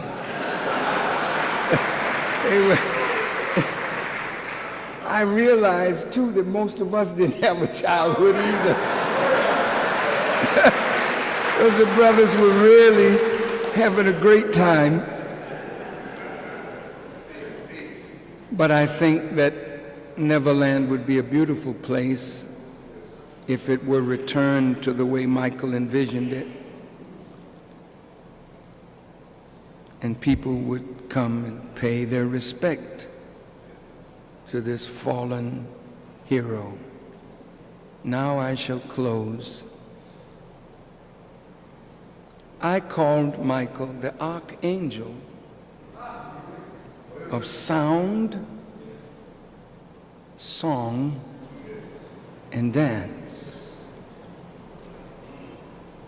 because Michael's sound touched people of every race, culture, ethnicity, persuasion, religious, political, sexual orientation. Michael touched it all. I used the term Michael, the archangel, because an angel is a person of tremendous height, lofty, not in stature, but lofty in the way he moves. Angels, they're among you, but you can't see them. I gave a 37-minute interview with CNN about Michael. Poor Don Lemon. He couldn't get the people to put it on except a few words, weak, that were not the context, you know. I'm going to tell you what they were afraid of. Because I mentioned Michael as a messianic voice. I want you to hear this. If you notice, all human beings that are born make a universal sound. I don't care whether you're white, you're black, you're rich, you're poor, any ethnicity, tribal origin. All babies come into this world making the same sound. They cry. At the end of life, all human beings die making the same universal sound.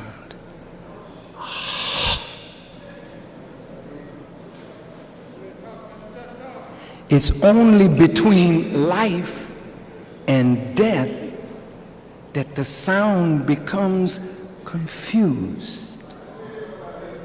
And it's like the Tower of Babel, because we have so many religions, so many ethnicities, so many nations, so many flags, so many tribes, so many ideologies, and we're all confused with each other.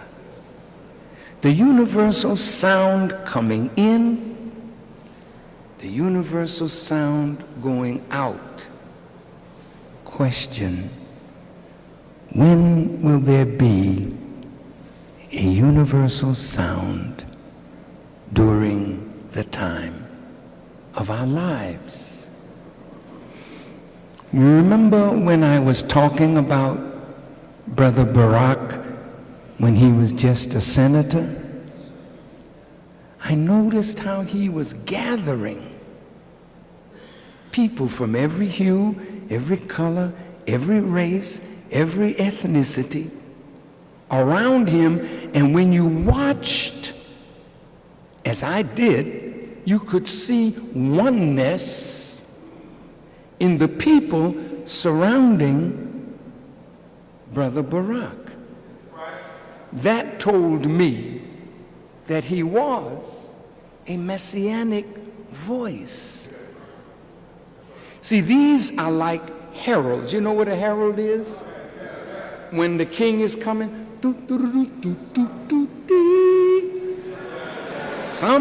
excuse me.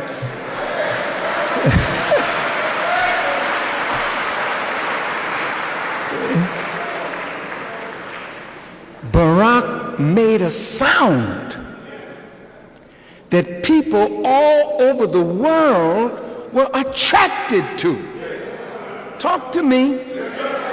There's never been a president that America has produced that has garnered so much sympathy, empathy, hope in the human family as has happened with Barack Obama. Well, he has an African father and a white mother, but I think when you hear the way he spoke over Skip Gates, he had to cool it, you know what I mean? His black start coming out. You know?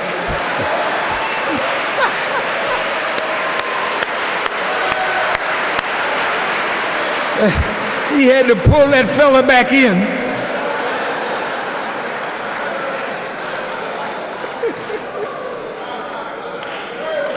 But it shows you that underneath all his brilliance, his magnificence,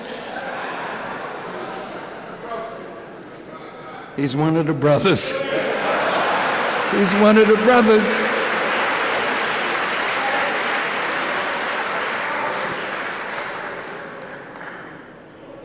But if you look at Michael, Michael made a sound. In his songs, he didn't have the greatest vocal instrument, but what he got from words. You know, each word is like an atom. The energy of that word is bound up in the word, but it takes the right spirit connecting to that word to explode the word, and the energy of the word comes across and you feel it.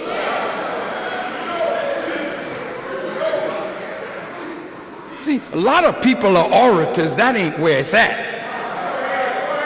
But the spirit. See, Michael had an anointed spirit. So did Barack. Now watch. Michael explodes words. So at 10 years old, they say, how could this boy, 10 years old, talk about a life experience that I know he didn't experience?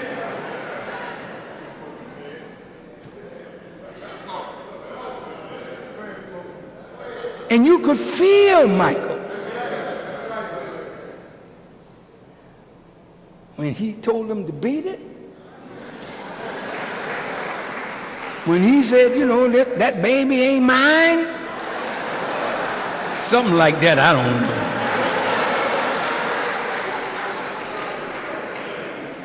know. Gone too soon? You could feel Michael. His sound, as the Bible puts it, his sound went throughout the earth. Michael had a sound people or race. And Adam and his world, based on rebellion to God, would have a time to rule, and that time was 6,000 years. So in the book of Revelations, it teaches us, count the number of the beast, for it is the number of a man, 666. A lot of wisdom in those 3 6s, which is not our subject today, but know that we have been given the answer to that from God through the Honorable Elijah Muhammad. Suffice it to say, Jesus of 2,000 years ago was 2,000 years ahead of the end of Satan's time. Therefore, Jesus of 2,000 years ago could not affect the change that was in his heart to bring about. So Jesus prophesied that one was coming after him. Listen to Jesus's words. It is expedient for you that I go away. For if I go not away, the Comforter cannot come unto you. But if I go away, I will send him unto you in my name. Now, Jesus is talking not about himself. He's talking about somebody else coming in his name. The Honorable Elijah Muhammad taught us that 75% of what you read in the New Testament about Jesus is referring to a future man. And if you study the scriptures carefully, you would have to admit that many mistakes were made if it's talking about the man 2,000 years ago. For instance,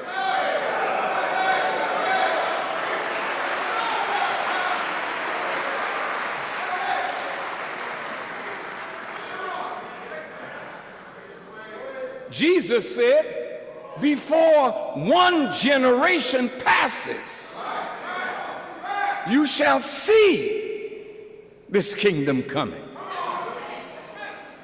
Well, 100 generations have passed. It is not that Jesus made a mistake. It is that the word that was put in the mouth of a man 2,000.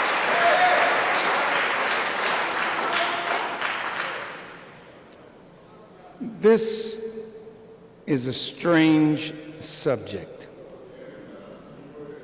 the crucifixion of Michael Jackson. Why would we, as intelligent, believing people, Michael Jackson in the same kind of trauma, dilemma, torture, scourging as the man Jesus. They mocked Jesus when they crucified him. They had at the top of the cross, Jesus, King of the Jews.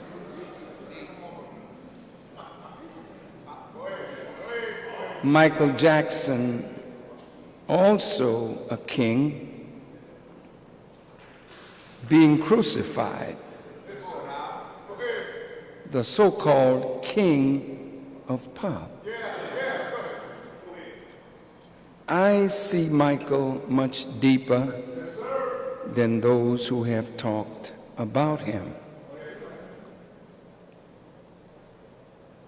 I want to talk to you today about the method that the enemy of God and the enemy of the rise of humanity is using, has used, and plans to use again to destroy leadership that will cause, first of all, black people to rise, second of all, humanity to rise. You may say, rise from what? If the scripture says that Satan deceived the whole world, are we in the world? Could it be that we too have been deceived? Well, what would the greatest deception be? It would be to deceive humanity about the one that is coming to end Satan's world. I'm going to say it again. The greatest deception would be to deceive humanity about that one that is prophesied to come to end 1,000 years ago is correctly in the mouth of a man today. Who are you looking for? You are looking for a blonde-haired, blue-eyed Caucasian to come down from heaven? Wrong. Big wrong. Mistake. Lie. Deceit.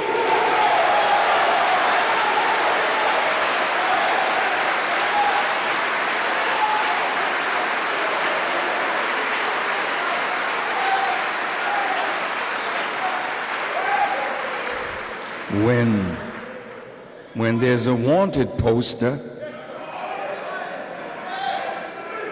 they try to give you an accurate description of the wanted one so that should you see him,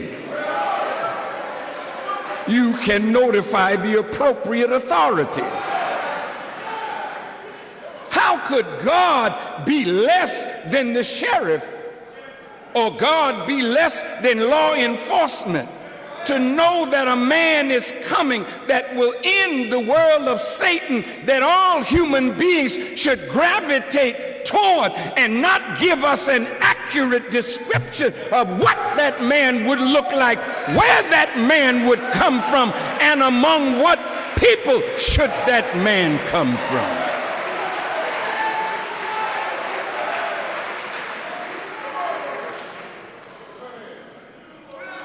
You say, well, what does this have to do with Michael Jackson? Just be patient.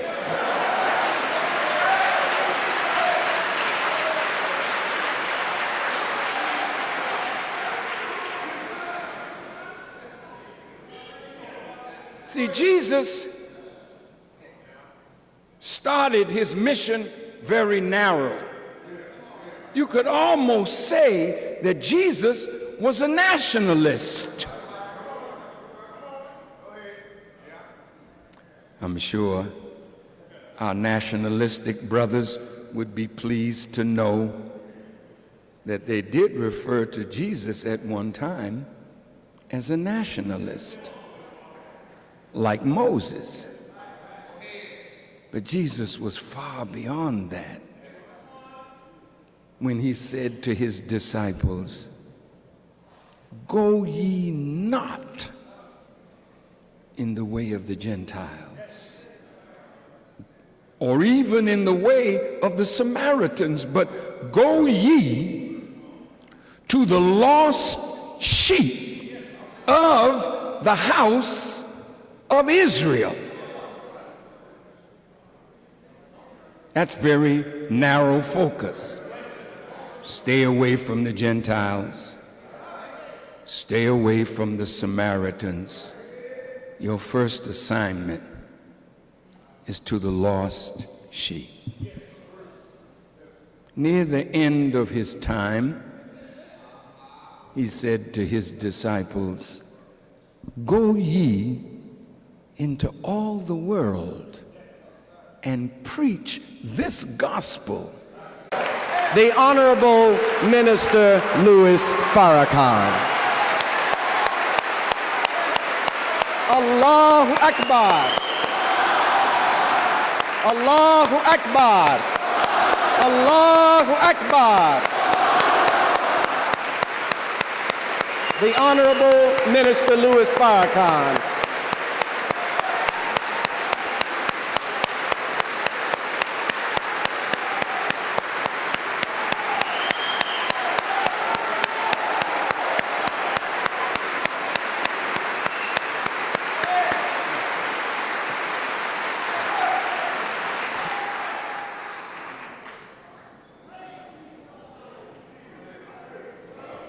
In the name of Allah, the Beneficent, Merciful,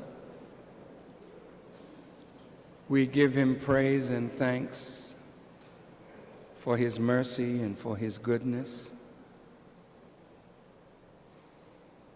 and for his always seeking to straighten the lives of his creatures when they have gone astray,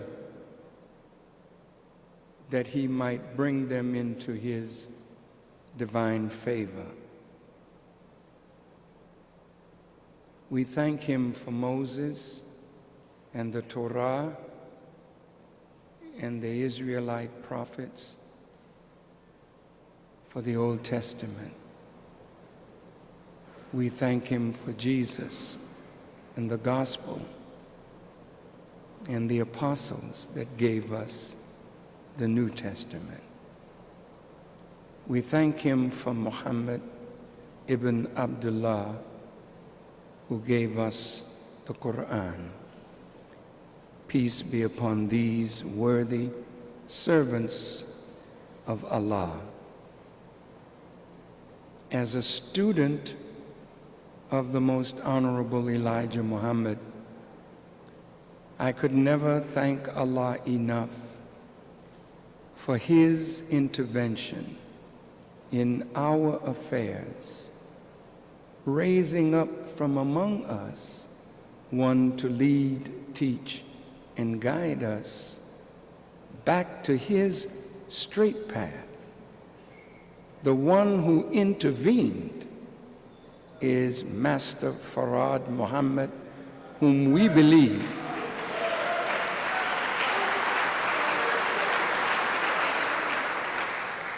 is the great expected Mahdi, or guide, that would come to the world at the end of this present system of things. And we believe that the Honorable Elijah Muhammad is that great one whom the whole world is looking for, whom the world thinks is dead, but very much alive. I'm talking about the Honorable Elijah Muhammad.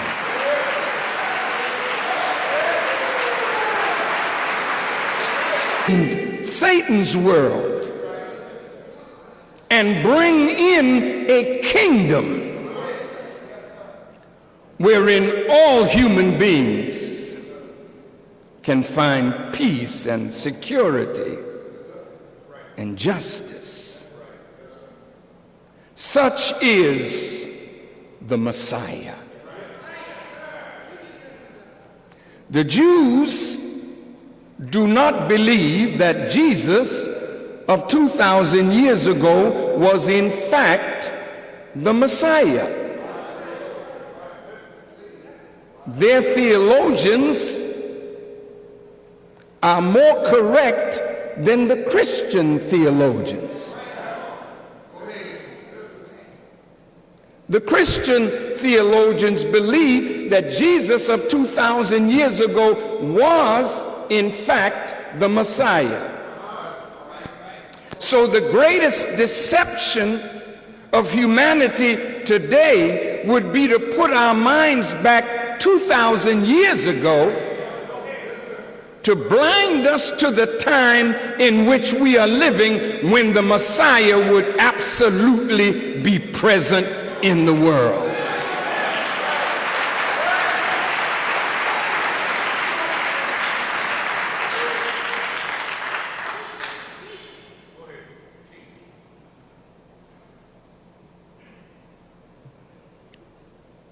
The scripture teaches God's coming is after the working of Satan, not before, but on time. When Satan's time is up, God would enter into the world to challenge Satan, upset his rule, and his presence would create war and revolution. Because it will take war and revolution to undermine Satan's power and cause Satan to cast out Satan, so that the scriptures might be fulfilled, that if Satan cast out Satan, how then can his kingdom stand?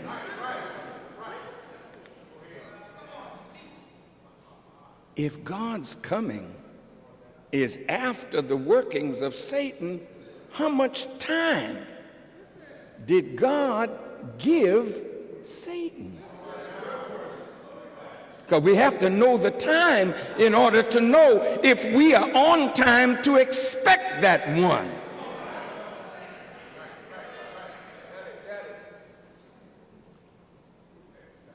The Bible teaches from its beginning, or the Genesis, which is timed 4004 BC. That is the coming into the world of Adam and the Adamic